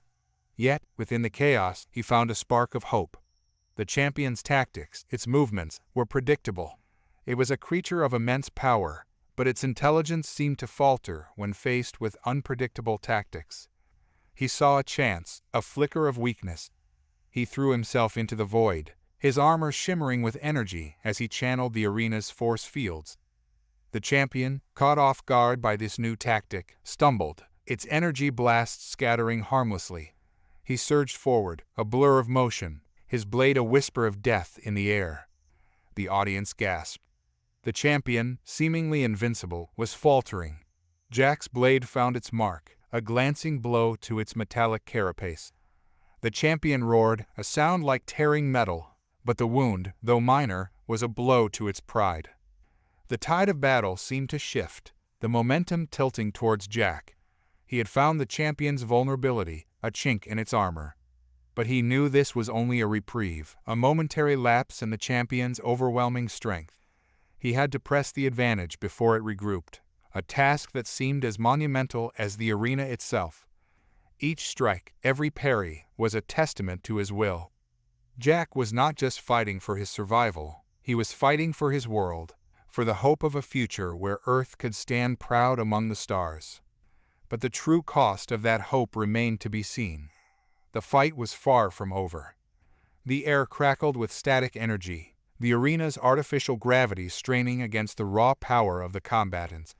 Jack, sweat slicking his brow, felt the weight of the entire solar system pressing down on his shoulders. Each blow from the Axion champion, a creature that seemed sculpted from obsidian and rage, sent shockwaves rippling through the ground, shaking his very core. He had learned to read the Axion champion's movements, to anticipate its strikes with a fluidity that belied the brutality of the fight. His attacks were measured, precise, each one a calculated risk. The champion was a whirlwind of raw power, its claws flashing like obsidian blades, its roars echoing with a primal fury that seemed to shake the very foundations of the arena. The crowd roared, a symphony of alien languages, their cheers and jeers a constant reminder of the stakes. He saw glimpses of fear in the eyes of the Earth delegation, their faces etched with worry. He couldn't afford to fail them. He landed a solid punch on the champion's armored chest, barely a tremor passing through its obsidian shell. He knew he wasn't going to win this fight by brute force alone. He needed to exploit a weakness, a chink in its armor, something that would give him the upper hand. His gaze fell upon the glowing orb embedded in the champion's chest. He'd noticed it earlier, pulsating with a strange energy. It had to be the source of its power, its life force. He had studied its movements, seen the way it shifted with each attack, the way it pulsed with renewed energy after every strike. He needed to hit it, disable it, but it was protected by an impenetrable shell of hardened obsidian. He had to find a way to get through. As the champion lunged, its fist a blur of obsidian, Jack sidestepped, his body moving like a dancer, his movements fluid and precise. He feinted left, then right, drawing the champion deeper into his trap. He struck, a lightning-fast kick, aimed not at the champion's body, but at the obsidian shell surrounding its orb. The sound of the impact was deafening, a crack like shattered glass echoing through the arena. The champion staggered, a tremor passing through its obsidian body. He pressed his advantage, his movements relentless. He dodged a claw swipe, weaving past a searing energy blast, his every move calculated, every strike honed by years of training and experience. He kept his focus on the glowing orb, his attacks aimed at the weakened point in its defenses. The champion roared, its rage palpable, but its movements were slower, its energy waning. He saw a flicker of fear in its eyes, a glimpse of vulnerability behind its obsidian mask. He struck again, a final, decisive blow to the weakened point. The orb flickered, then exploded, bathing the arena in a blinding white light. The champion, its power source neutralized, staggered, its obsidian shell cracking, its movements faltering. Jack stood, breathing heavily, his muscles burning, his body aching. He had done it. He had defeated the Axion champion. The silence that followed was deafening. The crowd, stunned into silence, watched as the champion, its power drained, collapsed to the ground, its obsidian shell crumbling like brittle glass. Jack stood there, bathed in the afterglow of the explosion, his heart pounding in his chest, his mind a maelstrom of emotions. He had won, but at what cost? The battle was over, but the war, it seemed, had only just begun. The Axion champion, a creature of obsidian armor and burning red eyes, stood triumphant. Its power, a raw, untamed force, had battered Jack relentlessly. Every strike, every parry, seemed to drain him further, leaving him on the precipice of exhaustion. He could feel the blood pounding in his ears, a frantic rhythm echoing the desperation in his heart. The crowd roared, a symphony of alien voices, their cheers vibrating through the arena's metal floor. The Axion champion had toyed with him, showcasing its strength, pushing him to the brink. Even the Earth contingent, their faces a canvas of worry, seemed to believe this was the final act, a prelude to their inevitable defeat. But Jack wouldn't give in. He had faced worse, weathered stormier seas. This fight, this arena, was merely another battlefield, another test of his will. He remembered the words of his mentor, echoing in his mind. Every warrior has a flaw. Find it and exploit it. He studied the champion, its movements now slower, its breathing heavier. There was a subtle tremor in its right arm, a tremor barely noticeable to the naked eye. He remembered the Axion biotech, the constant need for repairs and enhancements. He knew, with a surge of hope, that this was it, the weak point he'd been searching for. With a roar that echoed through the arena, Jack unleashed a furious barrage of attacks, a storm of blows aimed at the champion's right arm. Each strike thudded against the armor, a symphony of pain and metal. He pushed his body past its limits, fueled by desperation and a sliver of hope. The crowd fell silent, their awe replaced by a chorus of gasps. The champion, momentarily stunned, stumbled back, its right arm hanging limp. It roared, a sound of fury and pain, but the tremor lingered, a telltale sign of its vulnerability. Jack pressed his advantage, unleashing a series of lightning-fast strikes, each aimed at the vulnerable arm. The champion, once invincible, now swayed like a tree about to fall. Jack knew he had to end this, now or never. He gathered his remaining strength, channeling every bit of power within him, and delivered a final, devastating blow. The impact echoed throughout the arena, a metallic clang that sent shivers down everyone's spines. The champion, its armor cracked, its body swaying, crashed to the floor, its eyes wide with disbelief. The silence, thick and heavy, hung in the air. Then, a thunderous cheer erupted from the Earth contingent, a tide of hope and relief sweeping through the arena. Jack stood, panting, his body aching, but his spirit soaring. He had defied the odds, exposed the champion's weakness, and turned the tide of battle. The Axion crowd, their cheers replaced with murmurs of disbelief, watched as Jack, a lone warrior against a fallen giant, stood as a beacon of defiance. He had shown them the strength of Earth, a force to be reckoned with, a force that defied expectations, a force that refused to yield. The victory, however, was just a beginning. It was a testament to Jack's resilience, a spark of hope in a galaxy filled with uncertainty.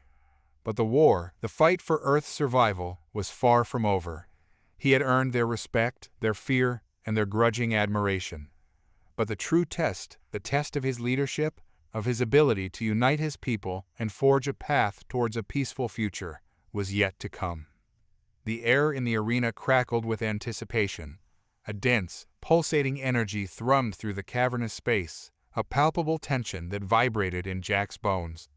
The Axion champion, a monstrous creature of obsidian scales and glowing crimson eyes, stood across the arena, its towering form a stark silhouette against the swirling nebulas projected onto the ceiling.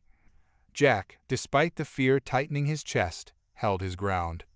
The training had been brutal, pushing him to the absolute limit of his endurance, but it had also forged a new kind of steel within him.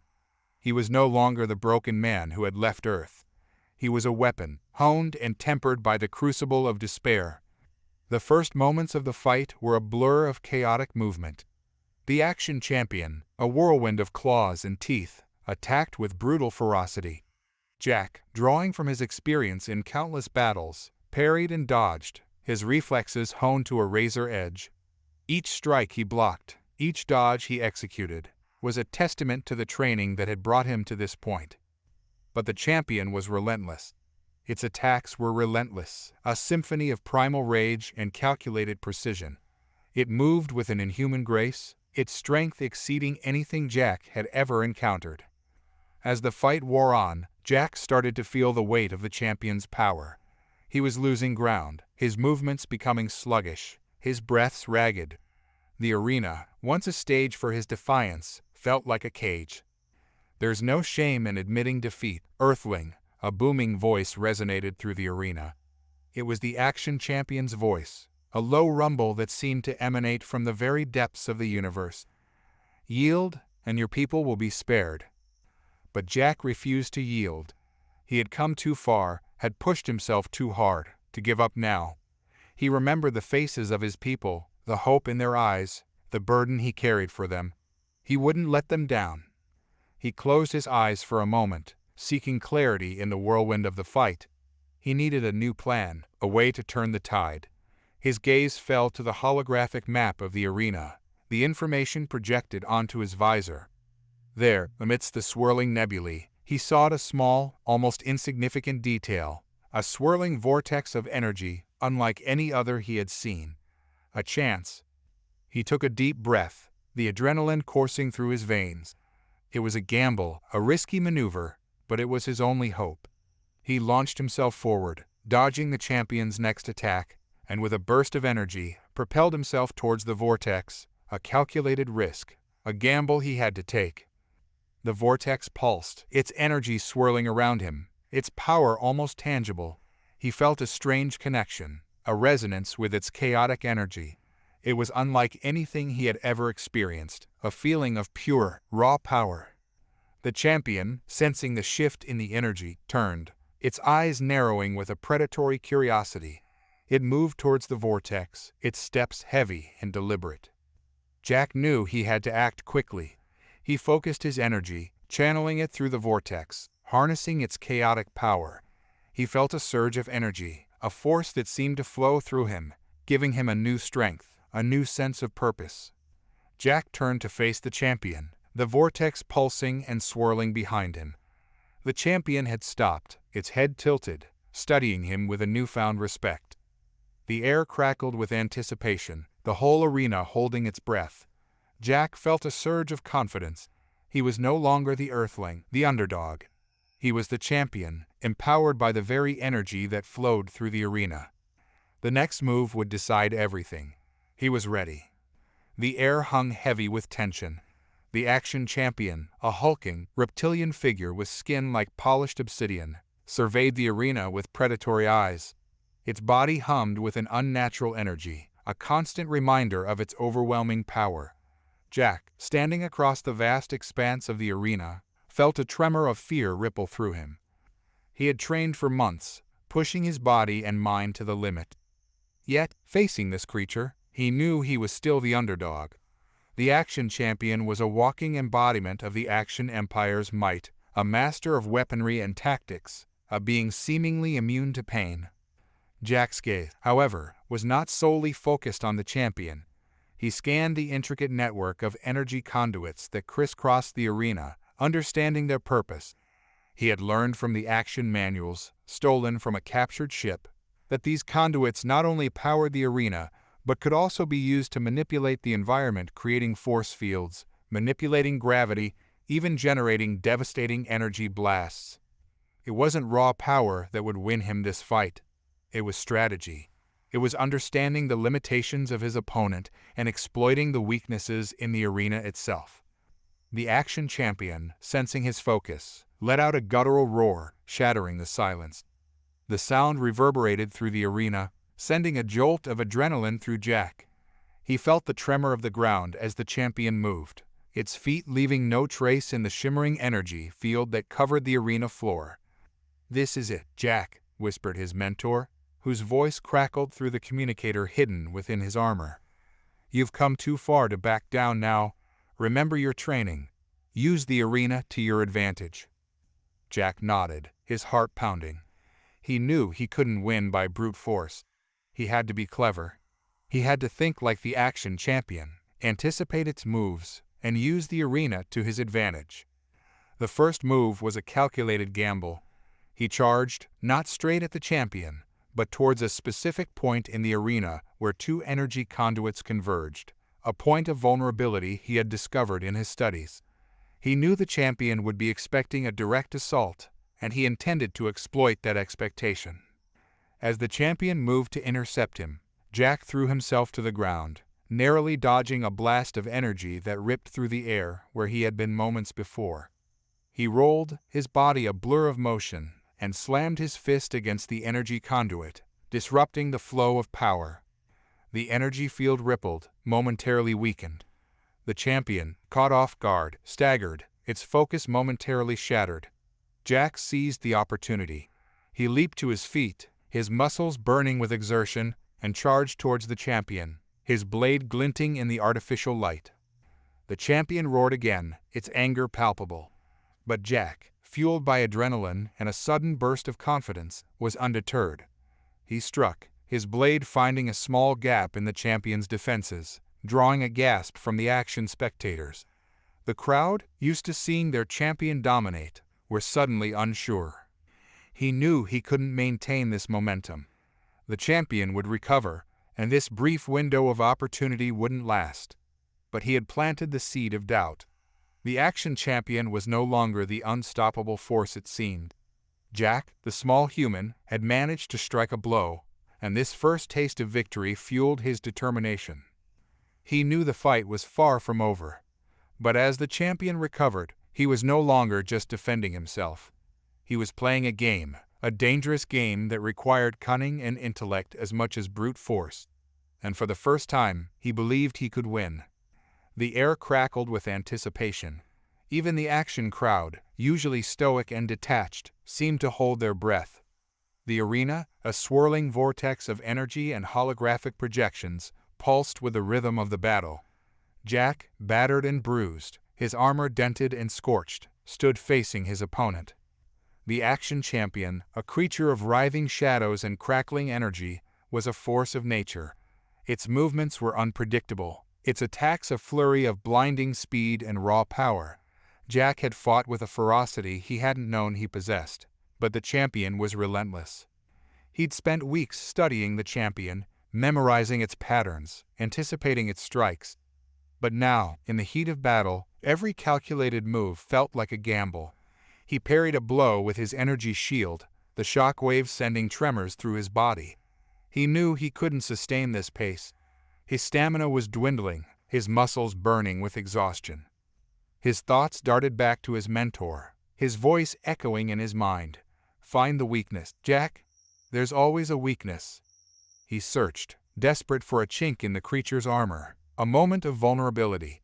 His gaze fell on the champion's energy core, a swirling mass of vibrant light that pulsed at the heart of its being. A flicker of inspiration sparked within him. He remembered a tactic he had used in his days as a soldier, a desperate maneuver that had saved his squad. He knew the risks, but there was no other choice.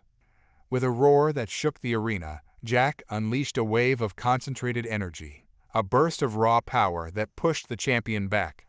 He wasn't aiming for a direct hit, but to force the creature into a defensive position. It was a gamble, a calculated risk, a move that could backfire spectacularly. The champion, momentarily stunned, clawed its way back, its eyes blazing with fury. Jack knew he had seconds before it recovered. He channeled his remaining energy, focusing all his strength on a single, powerful blast. He launched himself forward, a blur of motion, his energy shield blazing. The champion met his attack head-on, the clash of their energy a blinding explosion. The arena fell silent. Then, a gasp.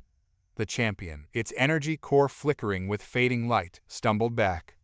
The impact had forced it to divert its energy, leaving it vulnerable. It wasn't a fatal blow, but it was enough. Jack, his breath ragged, saw his opportunity. The champion, its movements sluggish, was no longer the invincible force it had been. He pressed his advantage, his attacks now flowing with a rhythm, each strike calculated, each parry precise. He knew it was a matter of time before the champion recovered. But for now, he had the upper hand. The tide had turned. The roar of the crowd, a deafening wave of sound, filled the arena. Even the Axion contingent was stunned, their voices a mixture of disbelief and awe. Jack had found the weakness. He had exploited it.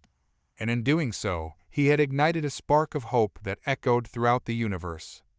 The air crackled with the residual energy of the fight. Jack, panting, leaned against the deactivated energy shield, the metallic hum of the arena fading to a dull roar. The Axion champion, a creature of pure, alien energy, lay still in the center, its form flickering like a fading star. Victory, a bittersweet taste on his tongue. He had won. He'd defied the odds, defied the Axion Empire's expectations, and defied the crushing weight of his own demons. But the victory felt hollow, tainted by the memory of the price he paid. He hadn't just fought the Axion champion, he'd fought the ghosts of his past, the echoes of a war that had stolen his family, his sanity, and his faith. The fight had been a brutal symphony of pain and desperation, each blow a reminder of the violence he'd inflicted and endured. The crowd, a cacophony of cheers and gasps, was a distant echo in his mind. He could see the fear in the eyes of the Axion spectators, the disbelief etched on their faces. They'd witnessed a human, a fragile, mortal being, defeat their champion. Their god, their symbol of power, had fallen. But Jack saw only the reflection of his own past in the fallen champion's form. He saw the countless faces of those he'd lost, the ghost of his past screaming for vengeance. The victory felt like a Pyrrhic one, a hollow victory built on the foundation of sacrifice. A shadow fell over him. He looked up to see the mentor, her eyes reflecting a mixture of pride and concern. "You did it, Jack," she said, her voice low and firm. "You won." "Won?" he echoed, the word tasting like ashes on his tongue. "At what cost?" He saw the worry in her eyes. "The cost of saving your world." He looked back at the lifeless form of the Axion champion, its energy dissipating like smoke. He saw the reflection of his own shattered soul in its fading light. "I don't know if I can live with this," he whispered, the words barely audible. The mentor placed a hand on his shoulder, her touch firm and comforting. "You will find a way. You have to, Jack. For yourself, for Earth." He closed his eyes, the weight of the victory crushing him. The cheers of the crowd faded into a distant hum, a symphony of relief and triumph. But in his heart, there was only a deep, unsettling silence. He had won, but he had lost something within himself. His victory was a hollow shell, a reminder of the darkness he carried within. He knew that the battle was over, but the war had just begun. The war for his own soul. The arena fell silent, and as the energy of the fallen champion faded, a new wave of fear and uncertainty washed over the audience. The Axion Empire had just witnessed the demise of its champion, a symbol of power and invincibility. The human, the creature they considered weak and insignificant, had defied them. This victory, this unexpected defeat, was a whisper of doubt, a crack in the foundation of their empire. As the echoes of the battle faded, Jack stood tall, a broken hero amidst the silence. He had won, but the victory felt like an indictment, a harrowing testament to the darkness that lingered in his heart. He had saved his world, but he was a prisoner of his own past. As he turned his gaze towards the earth, a world he had saved, he saw a future shrouded in uncertainty, a world that desperately needed the strength he was unsure he possessed. The war was over, but the journey to healing, to finding peace within himself, had just begun. The roar of the crowd, a symphony of cheers and jeers, faded into a dull hum as Jack stumbled back to his quarters. The battle was over. He had won. The victory, however, tasted like ashes in his mouth. The Axion champion, a hulking behemoth of muscle and chitin, lay still in the arena, its life force drained by Jack's desperate gamble. The crowd's cheers, meant to be a celebration of humanity's triumph, felt hollow, echoing the emptiness within him. He had won, but at what cost? The memory of the final blow replayed in his mind, a brutal spectacle of desperation and calculated cruelty. He had used the arena's environment to his advantage, exploiting a weakness in the champion's armor and striking with a ferocity fueled by years of pent-up rage and a desperate need to survive. He collapsed onto his bed, the weight of his victory crushing him. His hands trembled, the phantom sting of the blade still etched on his palm. He was a champion, a symbol of Earth's resilience, but he felt more like a monster. The door creaked open, and the familiar, weathered face of his mentor, General T. emerged from the shadows. The seasoned warrior, who had guided him through the darkest depths of his training, looked at him with a mix of sorrow and admiration. "It's over, Jack," she said, her voice a low rumble that resonated with the weight of the recent events. "You did it. You won." Jack stared at the ceiling, the familiar patterns of the ship's interior blurring before his eyes. "Won? Is that what we call it?" he whispered, his voice hoarse. "There's nothing to celebrate, T. I killed him." He felt the familiar pang of guilt, the echoes of his past wars swirling in his mind. The faces of his fallen comrades, the screams of innocence, all converged into a maelstrom of anguish. His heart, once hardened by years of fighting, felt like a raw wound exposed to the world. T. stepped closer, her hand resting on his shoulder. Her touch was a balm, her eyes holding a depth of understanding that transcended words. "He was a monster, Jack," she said, her voice firm yet soothing. "He represented the Axion Empire's arrogance and cruelty. You did what you had to do. You saved our world." His gaze slowly met hers, her words washing over him like a cold wave. A part of him wanted to believe her, to embrace the relief of victory. But the monster within him, a beast born from the crucible of war, refused to be silenced. "What happens now?" he asked, his voice a mere whisper. "What happens to a world that's just survived a war it didn't want? To a champion who's become a weapon of destruction?" T. didn't answer right away. She simply looked at him, her gaze unwavering, holding his gaze with the weight of her experience. "That, Jack," she finally said, her voice solemn, "is a story yet to be written." He closed his eyes, the weight of the world pressing down on his shoulders. The echoes of the arena, the cheers, the jeers, all faded away, replaced by the deafening silence of his own soul. He had won the battle, but the war was far from over. He had become a champion, but what kind of champion did he want to be? The answer, he knew, lay not in the cheers of the crowd or the glory of victory, but in the quiet whispers of his conscience, in the path he chose to walk from this point forward. The weight of victory, he realized, was not measured in medals or cheers, but in the burden of responsibility he now carried, and it was a burden he knew he had to bear. The Axion arena loomed, a colossal structure of metal and light, its mirrored surfaces reflecting the swirling nebulae that painted the void. Each panel hummed with an alien energy, a tangible pulse of power that sent shivers down Jack's spine. He stood on the launch platform, the weight of Earth's hopes pressing down on him. His mentor, a stoic woman named Lieutenant Commander Anya Markov, stood beside him, her face etched with concern. She had been a rock, a constant presence during his arduous training, guiding him through the physical and mental trials with a mix of firmness and understanding. He knew Anya was trying to read his emotions, but her gaze held only encouragement. "They're ready for us, Jack," she said, her voice firm, breaking the silence that had descended upon them. "Remember what we worked for." Jack nodded, but his thoughts were elsewhere, tangled in the knot of anxiety that had taken root in his chest.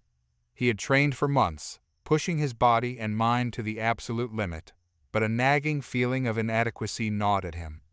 The Axion champion was a force of nature, a being of pure energy and savage instinct. He was a mere man, scarred by war and haunted by the ghosts of his past. As they boarded the shuttle, a wave of dread washed over him. The airlock hissed, swallowing the last vestiges of familiar air, replacing it with the cold emptiness of space. They were surrounded by the Axion fleet, a silent armada of ships that dwarfed anything Earth had ever built. The sheer scale of it all, the unyielding power they exuded, was enough to crush even the bravest spirit. The shuttle hurtled towards the arena, the journey a blur of flashing lights and the relentless hum of the engines. Jack looked out the viewport, the immense structure growing with every passing moment. The arena was a monstrous spectacle, a web of platforms crisscrossing a vast chamber, each one pulsing with a sinister energy. It was a place where gods fought, a testament to the Axion's mastery over power and technology. As they approached the landing platform, the shuttle slowed, the engines sputtering to a stop. The airlock hissed open, revealing a blinding white light. Jack shielded his eyes, the light so intense it felt like a physical blow. "Time to fight, Jack," Anya said, her voice a steady anchor in the chaos. "Show them what Earth is made of." Jack took a deep breath, the icy air burning his lungs. He stepped onto the platform, the cold metal chilling his feet. The arena was silent, the only sound the faint hum of its energy fields. In the distance, he saw a figure, cloaked in shadow, standing on a platform across the chamber. The Axion champion. The weight of Earth's hopes, the fear of failure, the memories of his past, all swirled within him. He was a man, a soldier, a champion. He was Jack Walker, and he was ready to fight. The silence in the Axion arena was deafening. An obsidian void, punctuated only by the faint hum of the energy field that contained them, separated Jack from his opponent. The air hung heavy, thick with anticipation, each breath a gasp against the pressure of millions of eyes watching. He couldn't see the Axion champion. Not directly, at least. Their form was obscured by the swirling, iridescent mist that pulsed with an unnatural energy.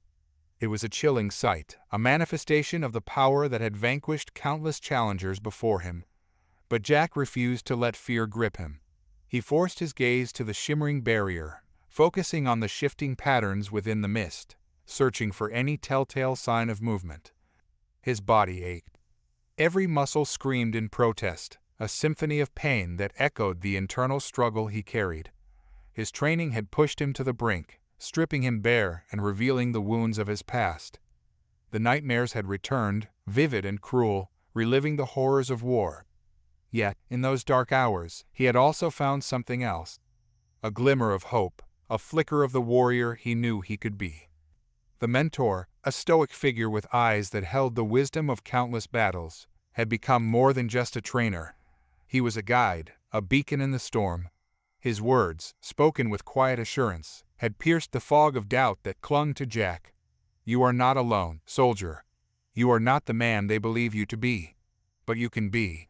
You can become the champion they need, the hero they fear. But only if you choose to face your demons, not run from them." And face them, he did.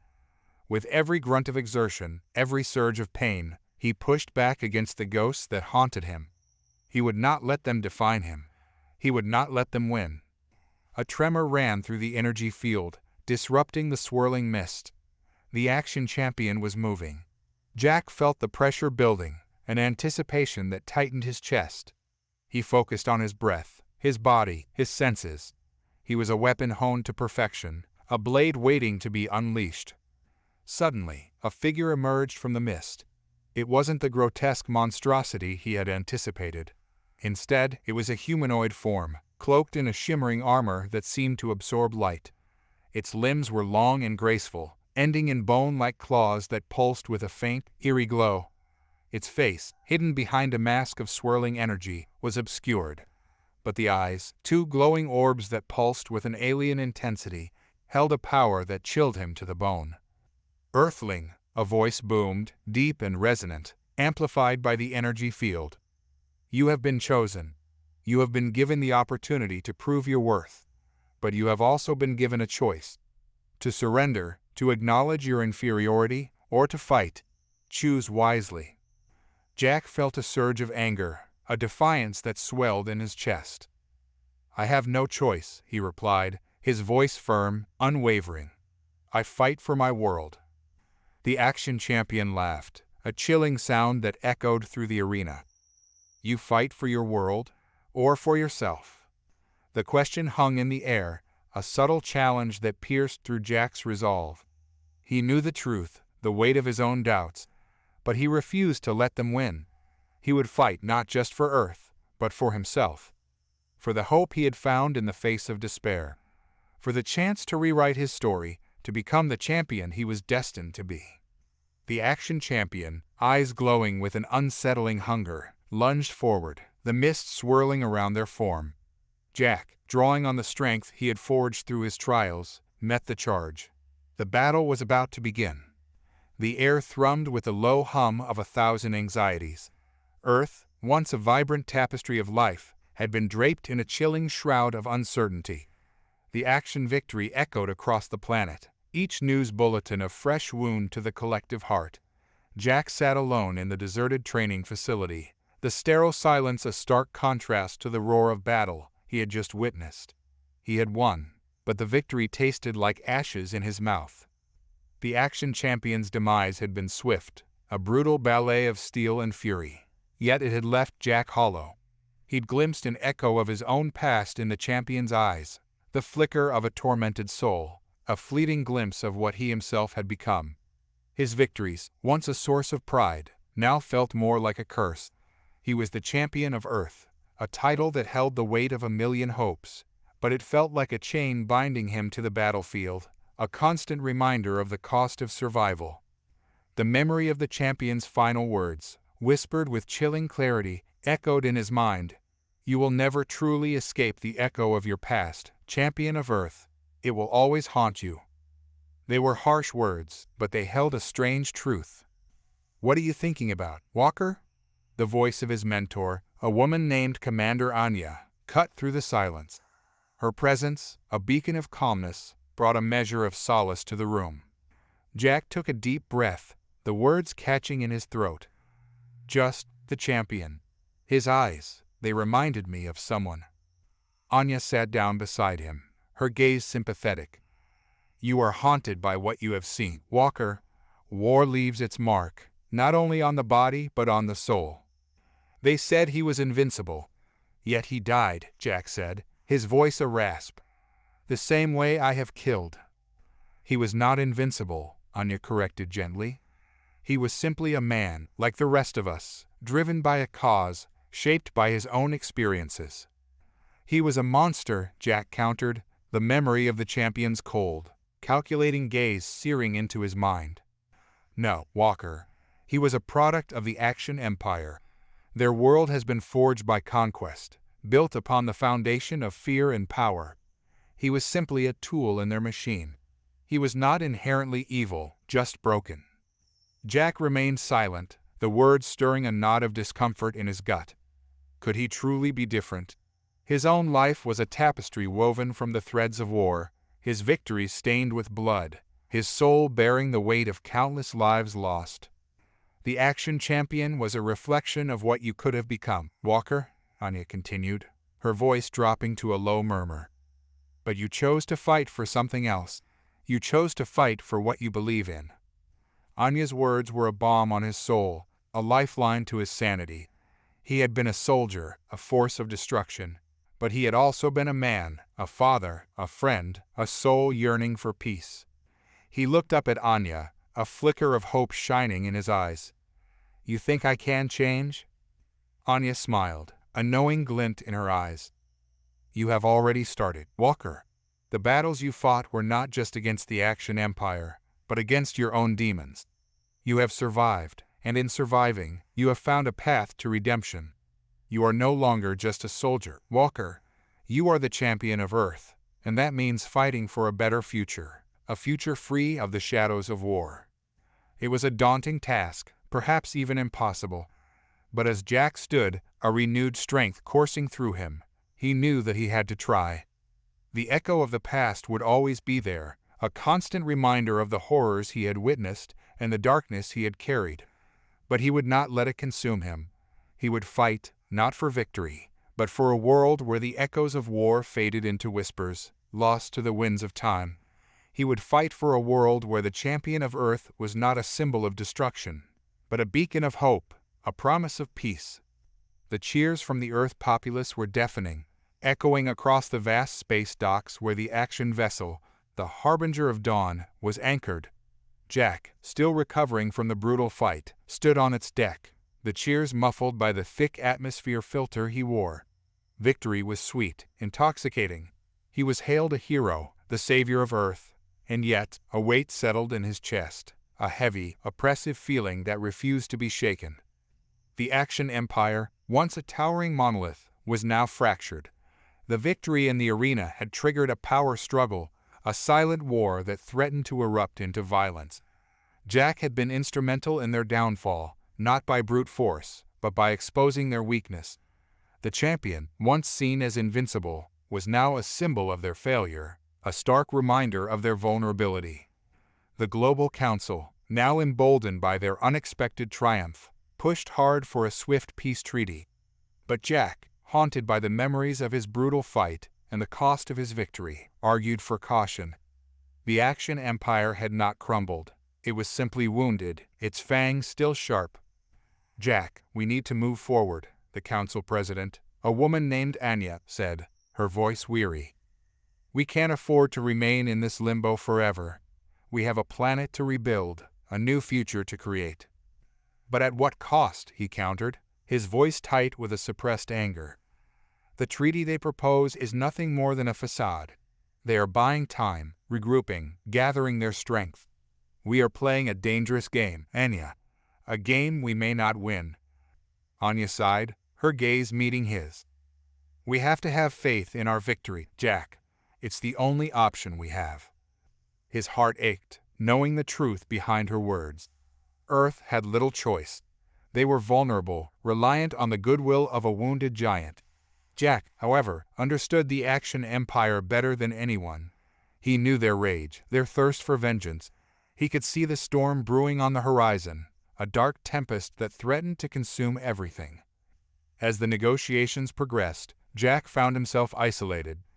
The euphoria of the victory had blinded the council to the real danger. They were ready to celebrate, to declare peace, while Jack felt the rumble of the coming storm. One day, while walking through the bustling space docks, he encountered a familiar figure, his mentor, General Miles. His old friend, aged but still sharp, seemed to understand Jack's unease. "They are not going to let this go, Jack," Miles said, his voice gravelly, a testament to countless battles.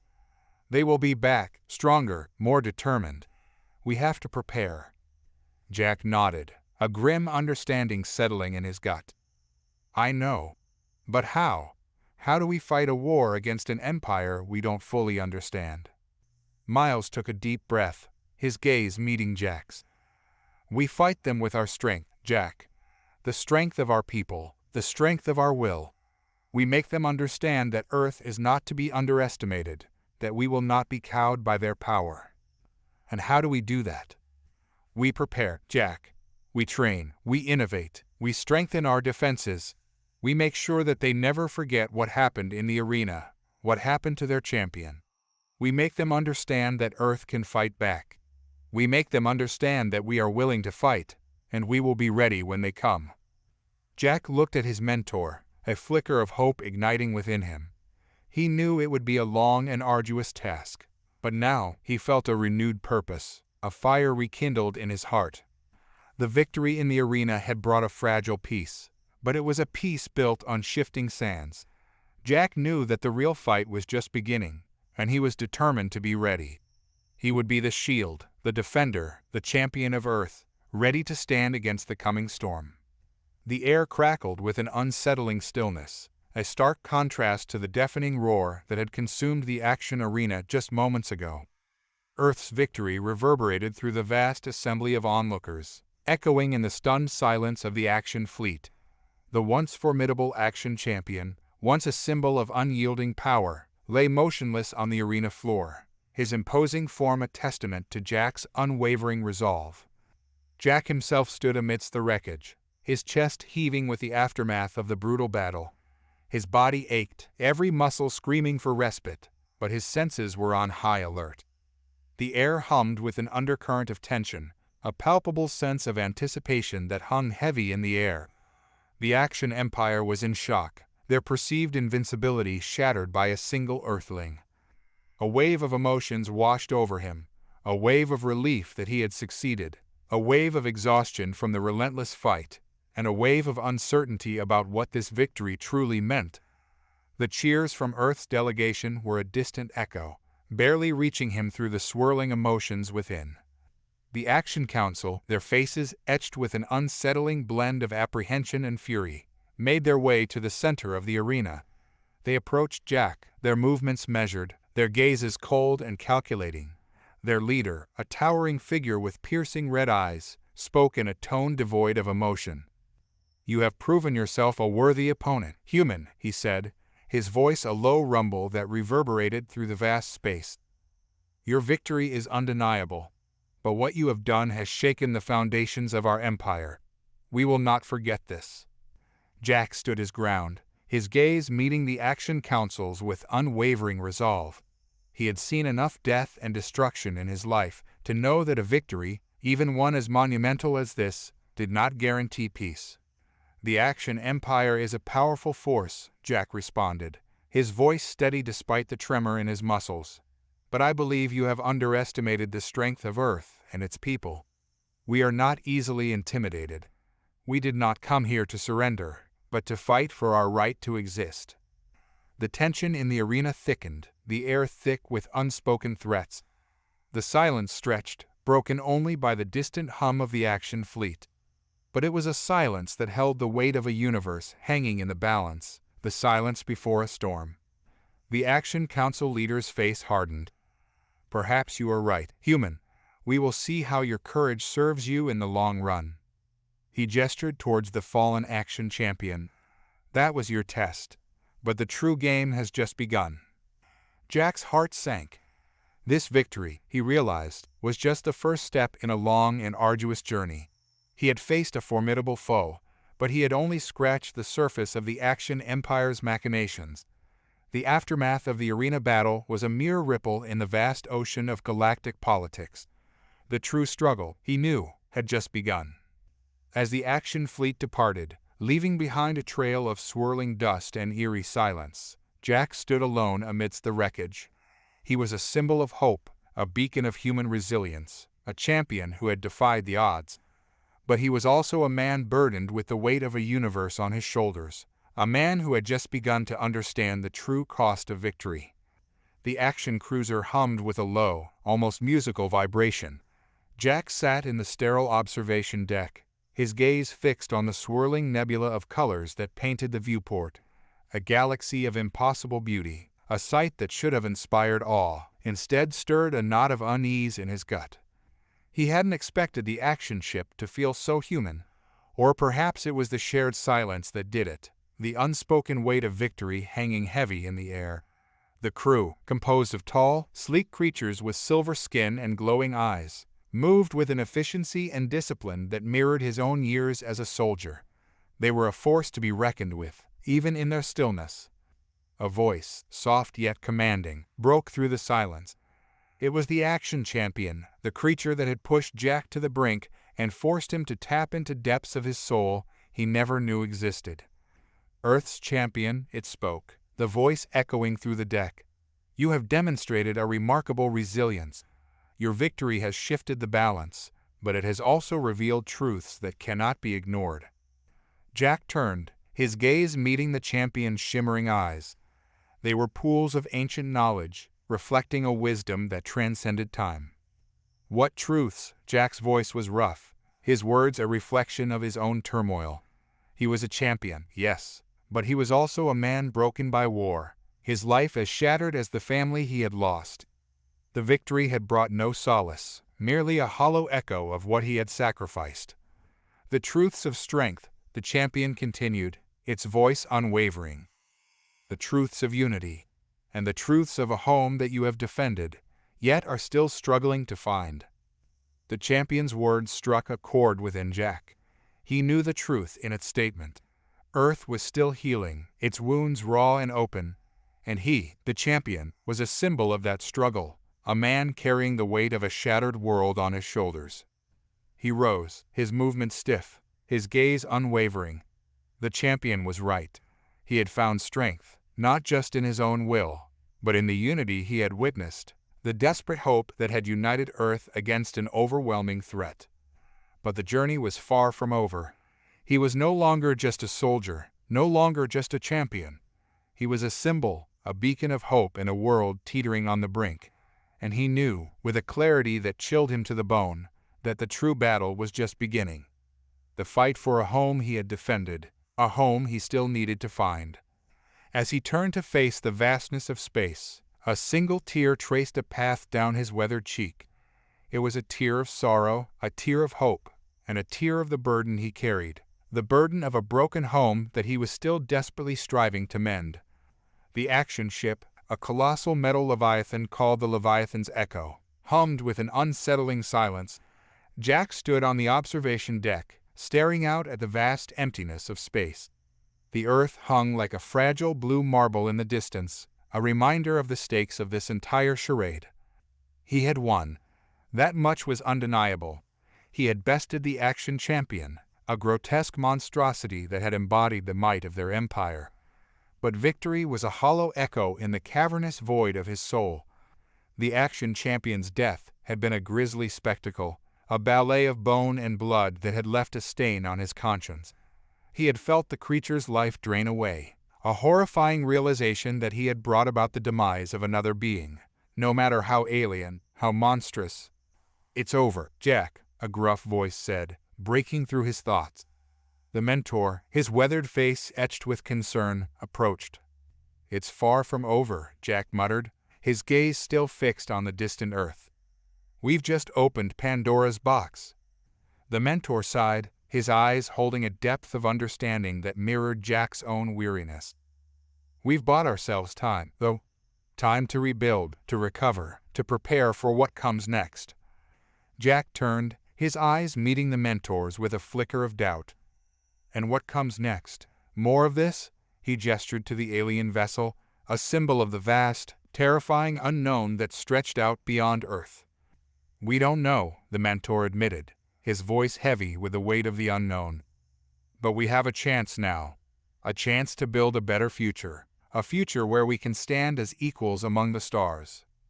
The mentor's words offered a glimmer of hope, a flicker in the darkness that threatened to consume him. He had seen the horrors of war, the devastation it wrought on both body and soul. He knew that a single victory did not erase the past, did not heal the wounds it had inflicted. "What about them?" Jack asked, his voice laced with a bitter edge. "The Axion? Do you truly believe they'll simply accept this? Accept defeat?" The mentor's brow furrowed, his gaze hardening. "They've been humbled, Jack. They've seen what we're capable of, and they've tasted defeat, a bitter pill for a proud empire." But Jack couldn't shake the feeling that the Axion Empire held a deeper, more insidious agenda. The champion's death had been a powerful blow, but it had also been a calculated risk, a gamble. He couldn't help but wonder what the Axion Empire's true intentions were, what they planned to do with this fragile peace, with this newfound respect for humanity. He had fought for his world, but had he fought for the right reasons? Had he embraced a larger conflict he didn't fully understand? As the Leviathan's Echo continued its journey back to Earth, Jack found himself wrestling with the weight of his victory. It was a victory tinged with the bitter taste of fear and uncertainty. He knew that the fight wasn't over, not by a long shot. The echoes of a broken world still reverberated within him, a reminder that the battle for the future had just begun. The air hung heavy with the weight of victory, yet a pervasive unease clung to the atmosphere aboard the Axion flagship. The silence was broken only by the hum of the ship's engines and the occasional soft whir of the mechanical systems. Jack stood at the observation deck, gazing upon the vast expanse of the Axion fleet, a silent armada of warships that had once seemed invincible. Their once bright hulls now bore the scars of the battle, the damage a testament to the human tenacity that had broken their arrogant advance. He felt the weight of the unspoken. They had won. But victory had been a costly endeavor, etched in the losses of brave men and women, in the sacrifice of countless lives. And now, the whispers of peace, fragile as gossamer, fill the air. Suddenly, the intercom crackled to life. A voice, sharp and cold, resonated through the ship. "Champion Walker, the Axion High Council requests your presence." Jack turned, a flicker of uncertainty crossing his face. He had expected this, the aftermath of his victory, the reckoning. He squared his shoulders, the weight of responsibility settling heavily upon him. "I will be there shortly," he replied, his voice steady despite the swirling anxieties within. He knew that his journey was far from over. The battle may have ended, but the repercussions were just beginning to ripple outwards, and the true cost of victory remained to be seen. His footsteps echoed through the corridor as he walked towards the designated meeting room. He passed by crew members, their faces a mixture of relief and apprehension. He had seen the same expressions on the faces of Earth's soldiers after returning from war, the lingering shadow of the battlefield, the fear of what the future held. The room itself was a testament to Axion power, crafted from sleek, unyielding metal. It radiated a sense of icy austerity, a stark contrast to the vibrant life that thrummed within him. He was ushered in by a pair of Axion guards, their faces emotionless, their eyes cold and calculating. He stood before the High Council, a group of imposing figures adorned in intricate, dark armor that spoke of their authority and power. At their center was the Axion leader, a figure of immense stature and piercing blue eyes that seemed to hold the universe within their depths. "Champion Walker," the Axion leader said, his voice a low rumble, "you have proven yourself a worthy adversary. Your tenacity, your cunning, the very fiber of your courage, has shaken our empire to its core." Jack met his gaze, unyielding. He had faced down the might of the Axion Empire, had stared into the abyss of their power and emerged victorious. He had stood as a symbol of human strength and resilience, and in that moment, he would not falter. "I have done what I had to do," he responded, his voice firm, "to protect my world." "And what will you do now, champion?" the leader asked, a flicker of something akin to curiosity in his eyes. "Will you lead your people to further aggression, to a war that could consume the entire galaxy?" Jack looked at the gathered council, their faces a canvas of anticipation and apprehension. He knew that their words were not mere rhetoric. This was a moment of reckoning, a crossroads where the fate of countless worlds hung in the balance. "I will do what I can," he said, his voice carrying the weight of responsibility, "to ensure that peace remains, that the lessons we have learned from this conflict are not forgotten." The leader's gaze held him, unwavering. "And how, champion, do you intend to achieve this?" Jack inhaled deeply, the weight of the question pushing down on him. This was the battle he had been preparing for, the battle that would truly determine the future of Earth and the Axion Empire. This was the battle for the whispers of peace, the fight to ensure that the fragile hope they had forged would not be shattered. "With the strength of our collective will," he said, his voice carrying a newfound clarity, "with the understanding that we are all interconnected, all part of the vast web of existence. We must learn to coexist, to find common ground, to build a future where peace is not just a fragile hope, but a cornerstone of our being." His words hung in the air, a challenge and a promise. The Axion High Council stared back, their expressions unreadable. The whispers of peace, barely audible echoes in the vastness of space, hung in the balance. The true battle had just begun. The news broadcast blared with a triumphant fanfare. "Jack, champion of Earth, had saved them, not just from the Axion threat, but from themselves. They'd teetered on the brink of annihilation, their differences threatening to tear them apart. But facing a common enemy, they'd found unity. He looked out the window of his Spartan apartment, overlooking a cityscape bathed in the warm glow of the setting sun. The streets below were alive with a new energy, a sense of cautious optimism. Children played in parks, their laughter echoing in the air. Even the billboards, once dominated by war propaganda, now displayed images of hope, a thriving Earth, burgeoning space colonies, a future where humanity might finally reclaim its place in the universe. But the celebratory air felt hollow to Jack. He could see the faces of those who weren't celebrating, the veterans haunted by their own memories, the families torn apart by the war, the families who lost loved ones in the arena. He'd seen too much death, too much destruction. He was a symbol of victory, yes, but also a reminder of the price they'd paid. His phone vibrated, a message from the Global Council. They wanted him to attend a summit, to address the world. They wanted to hear his story, his perspective on the future. He wasn't sure he had any answers, but they needed to see their champion, hear what he had to say.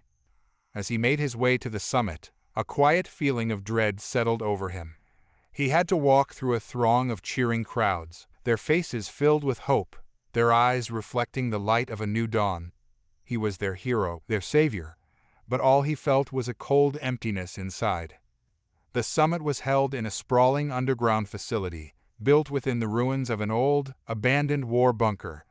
The once grim concrete walls were now adorned with murals depicting human resilience, victories both great and small. At the center of the room, a holographic projection of Earth shimmered, a testament to humanity's survival. Jack sat at the head of the table, surrounded by the Global Council, by the world leaders who had entrusted him with their hopes and dreams. They looked at him with a mixture of admiration and apprehension, seeking answers to the questions none of them could answer. "Champion Walker," the chair began, her voice a gentle tremor in the quiet room, "you are a symbol of what we can achieve when we stand together. You have shown the universe the strength of the human spirit. The Axion Empire is no longer a threat, but we stand at the precipice of a new era. An era of galactic exploration, of cooperation, of peace. What is your vision for this future?" Jack looked at their hopeful faces, their earnest eyes. He had no answers. He was just a man, a soldier, a survivor. The war had taken too much from him, left him scarred and broken. He was no prophet, no visionary. He could only tell them what he knew. He stood up, a weight settling in his chest, his voice raspy and strained. "I am a soldier. I fought for my world, and I won. But victory comes at a cost. I have seen the darkness in men, the horrors of war. We cannot forget it. The threat we faced is gone, but the demons we carry within us will remain." The room quieted. His words, raw and brutally honest, hung in the air, shattering the illusion of a perfect victory. "We must be vigilant. We must learn from our past. We cannot build a future on the ashes of the old, not without understanding the true cost of our triumphs. And the true cost of peace is constant vigilance, a dedication to unity, and a willingness to remember that even in victory, there are scars that never truly heal." He paused, his gaze meeting the eyes of the leaders one by one. "There is no magic formula for peace, no blueprint for a perfect future, but we can build it together. We can learn from our mistakes, heal our wounds, and build a future where humanity can thrive. But it will not be easy. It will take all of our strength, all of our unity, all of our courage. We can choose to be better, to be stronger, to be more than just survivors. We can choose to be the champions of our own destiny." Silence fell over the room. He had offered no solutions, no promises. But he had spoken the truth, spoken from the depths of his own pain, a pain that echoed the pain of every survivor on Earth. They looked at him, their faces etched with the weight of his words, the realization that victory had only been the first step. Jack walked away from the summit, his heart heavy, a lone figure in the vastness of the new world. He had won the battle, but the war within him raged on. But the hope, the faint glimmer of it, still flickered in the eyes of the people, in the laughter of the children playing below. It was a fragile hope, but it was a hope nonetheless, and he would fight for it, for them, for the memory of those who had fallen. He would fight for the future. He would be the champion until the day he died. The air crackled with a nervous energy that vibrated through the packed halls of the United Nations building in New York City. It had been months since the Earth had achieved a fragile peace with the Axion Empire, months filled with rebuilding, negotiating, and a constant, underlying tension. Jack Walker, the champion of Earth, sat on a balcony overlooking the bustling cityscape, a cup of lukewarm coffee clutched in his calloused hands.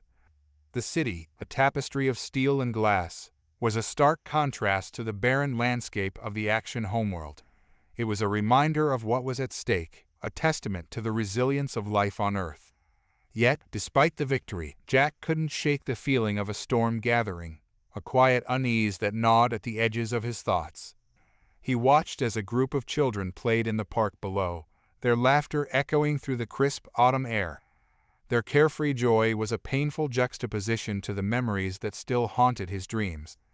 The faces of his fallen comrades, the chilling silence of the Axion arena, the cold, calculating eyes of the Axion champion, all of these were etched in his mind, a constant reminder of the horrors he had witnessed. A soft cough startled him. He turned to see the familiar figure of General Davis, his old mentor and confidante, leaning against the railing. The general's face was etched with the lines of countless battles, but his eyes still held a glimmer of hope. "You look troubled, champion," Davis said, his voice a low rumble. "Just thinking," Jack replied, "about the future." "The future is a fickle mistress, Walker," Davis chuckled, "always promising more than she delivers." Jack nodded, taking a sip of his coffee. It tasted bitter, like ash in his mouth. "We're still walking on eggshells, General. The Axion Empire is fractured, but their power remains." "Yes, but the cracks are widening," Davis said. "The whispers of dissent are growing louder. The Axion champion's defeat has shaken the foundations of their empire. It's a slow burn, but it's a burn nonetheless." "And what about our own internal struggles?" Jack asked. "The scars of war, the economic hardship, the fear that lingers in the shadows, these are wounds that don't heal overnight." "True," Davis said, "but we are stronger than we were before. We've seen the abyss and lived to tell the tale.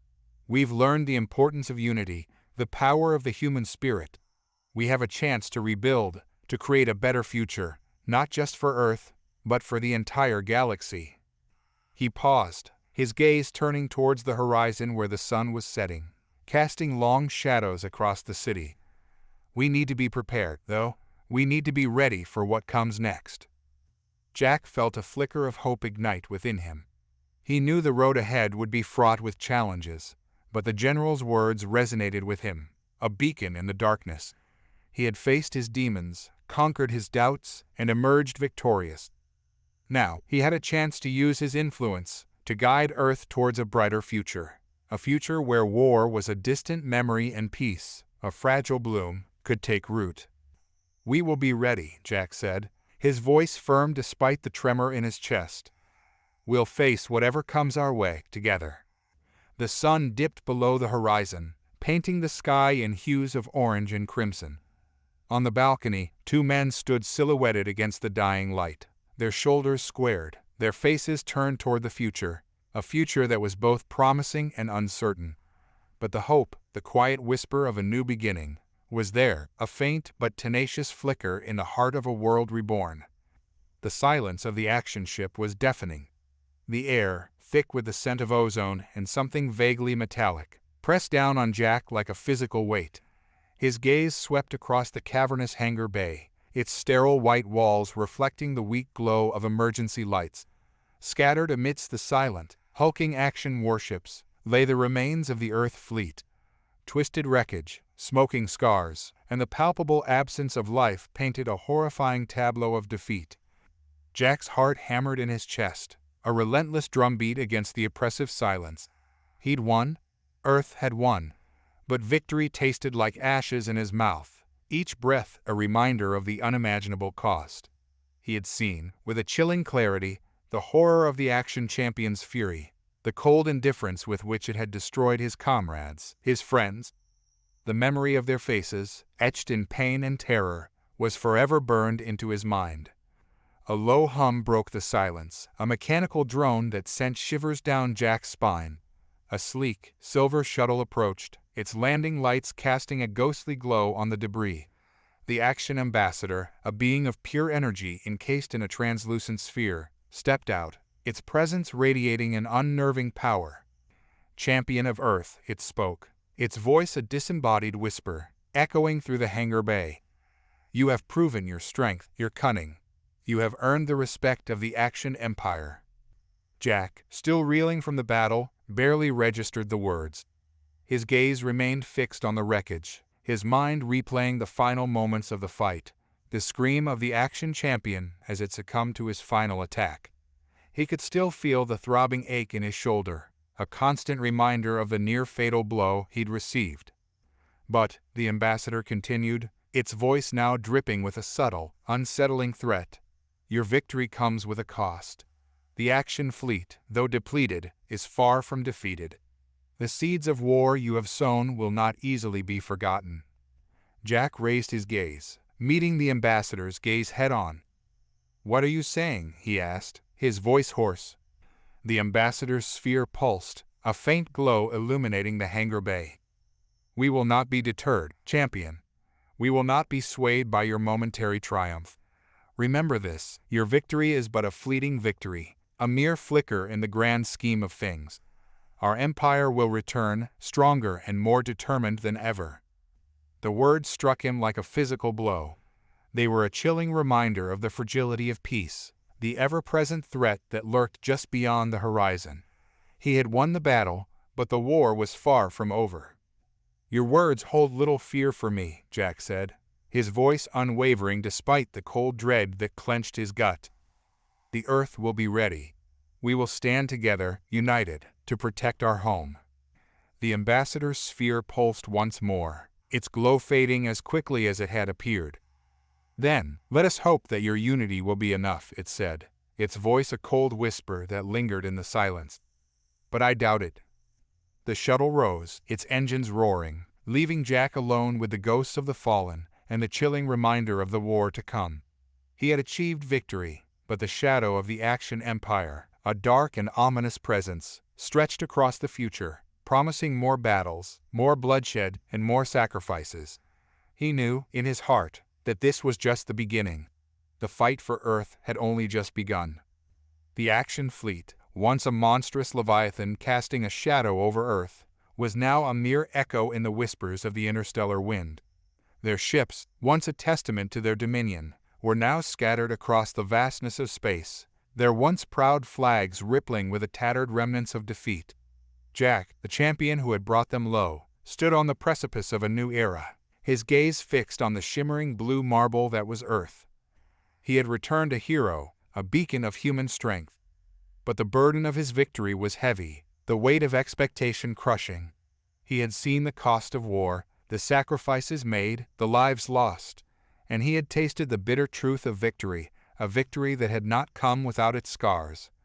His victory had cracked the foundations of the Axion Empire, exposing their internal power struggles and revealing the vulnerability of their seemingly invincible regime. They had returned to their own kind, their whispers of defeat echoing across their galactic dominion. Earth, once a pawn in their game, was now a player on the galactic stage, a force to be reckoned with. But the joy of victory had quickly faded, replaced by a gnawing sense of unease. The peace treaty, signed with the remnants of the Axion Empire, was a fragile truce, held together by the fear of the human spirit and the lingering echo of Jack's triumph. The Empire was fractured, its influence waning, but it was not yet broken, and the echoes of their past aggressions still reverberated through the corridors of Earth's new political landscape. The Global Council, once a beacon of unity in the face of the Axion threat, was now fractured along ideological lines. Some, emboldened by their newfound strength, pushed for an aggressive expansionist policy, seeking to solidify Earth's position in the galaxy. Others, mindful of the cost of war, advocated for caution, striving to rebuild Earth and nurture a fragile peace. Jack, caught between these opposing forces, found himself at the center of a storm, his every word scrutinized, his every action analyzed. He was a symbol, a champion, a beacon of hope.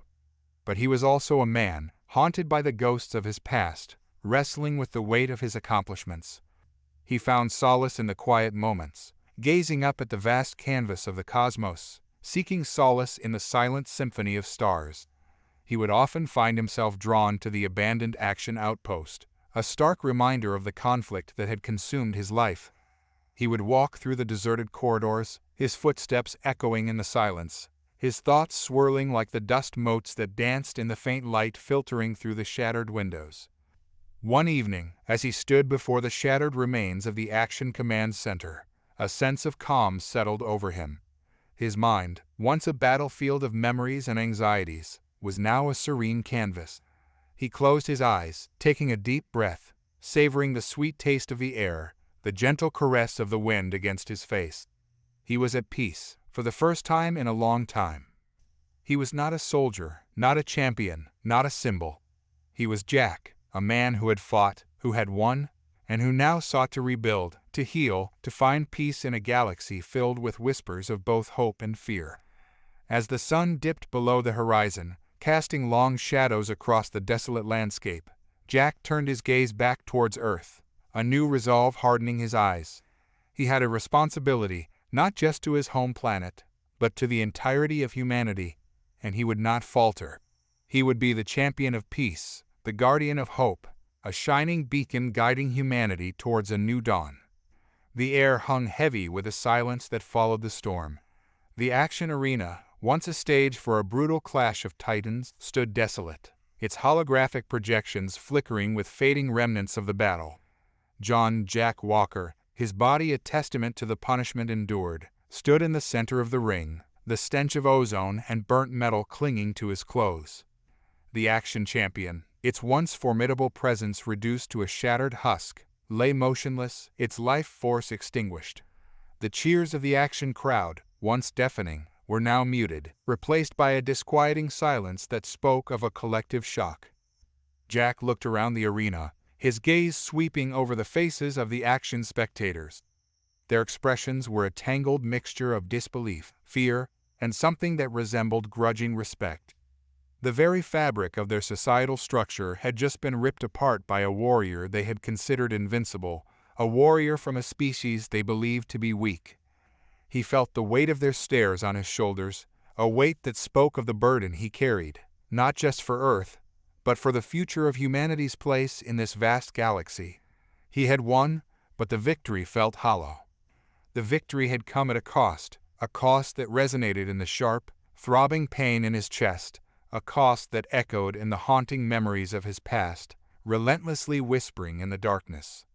He looked up at the holographic projections, the image of the Axion Council glaring back at him with a mixture of anger and uncertainty. This victory, he knew, had consequences, both immediate and far-reaching. As the Axion Council finally spoke, their voices carried across the arena through the holographic transmission. Their words were measured, carefully chosen, but devoid of the arrogance that had once characterized their pronouncements. They spoke of respect for Earth, of a willingness to negotiate, of a new era of peaceful coexistence. Jack listened to their words, his heart filled with a wary hope. His victory had shattered the image of the Axion Empire as an invincible force, a force that had ruled the galaxy with an iron fist for centuries. But this was only the beginning. The Axion Empire, fractured by internal dissent, was now facing a new reality. The seeds of doubt had been sown, and the whisper of change was carried on the wind. He knew, however, that the road ahead would be fraught with challenges. The Axion Empire, despite its defeat, still held immense power. The scars of war, both on Earth and within Jack himself, were a constant reminder of the fragility of peace. The journey back to Earth was a blur. He barely registered the familiar faces of the crew, the warmth of their welcoming smiles. His mind was consumed by the weight of responsibility, the weight of the expectations that now rested on his shoulders. He was not just a champion, he was a symbol, a beacon of hope for a world that had teetered on the brink of annihilation. As the Earth-ship pierced through the atmosphere, the familiar sight of the blue planet brought a surge of emotion, a sense of grounding. He had won, but the victory felt bittersweet. There was still so much to be done, so much to rebuild. As he stepped onto the tarmac, a roar of applause washed over him. He saw the faces of the Global Council, etched with relief and gratitude. He saw his fellow veterans, their eyes filled with a mixture of pride and understanding. He saw the hope in the eyes of the children, a hope that he was determined to protect. The war might be over, but the battle for peace had just begun. The journey ahead was long, filled with uncertainty, but he was ready. He had faced his demons, conquered his fears, and emerged stronger, more determined than ever to ensure a future for his world. A future where the echoes of war faded into whispers, replaced by the sounds of laughter, the promise of a new dawn. The air hung heavy with the scent of ozone and the faint, metallic tang of alien technology.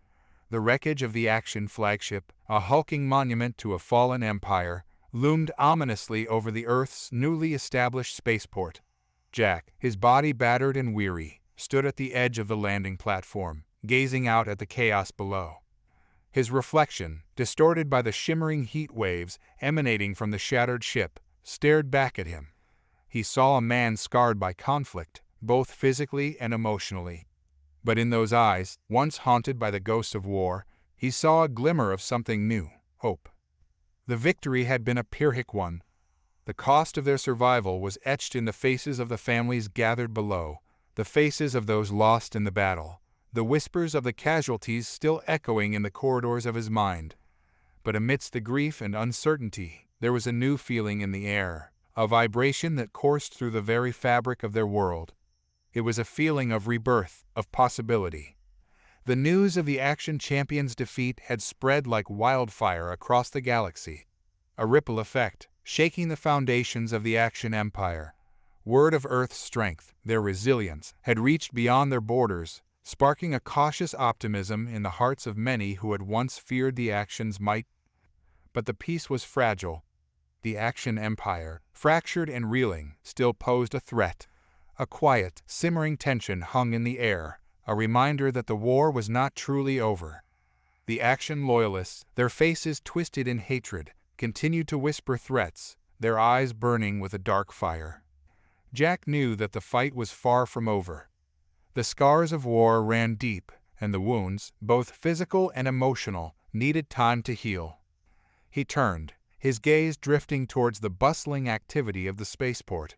He saw a new generation of men and women, their faces filled with a fierce determination, prepping for their first mission, a mission to secure the peace, to explore the vastness of the universe, to find a place for their planet among the stars.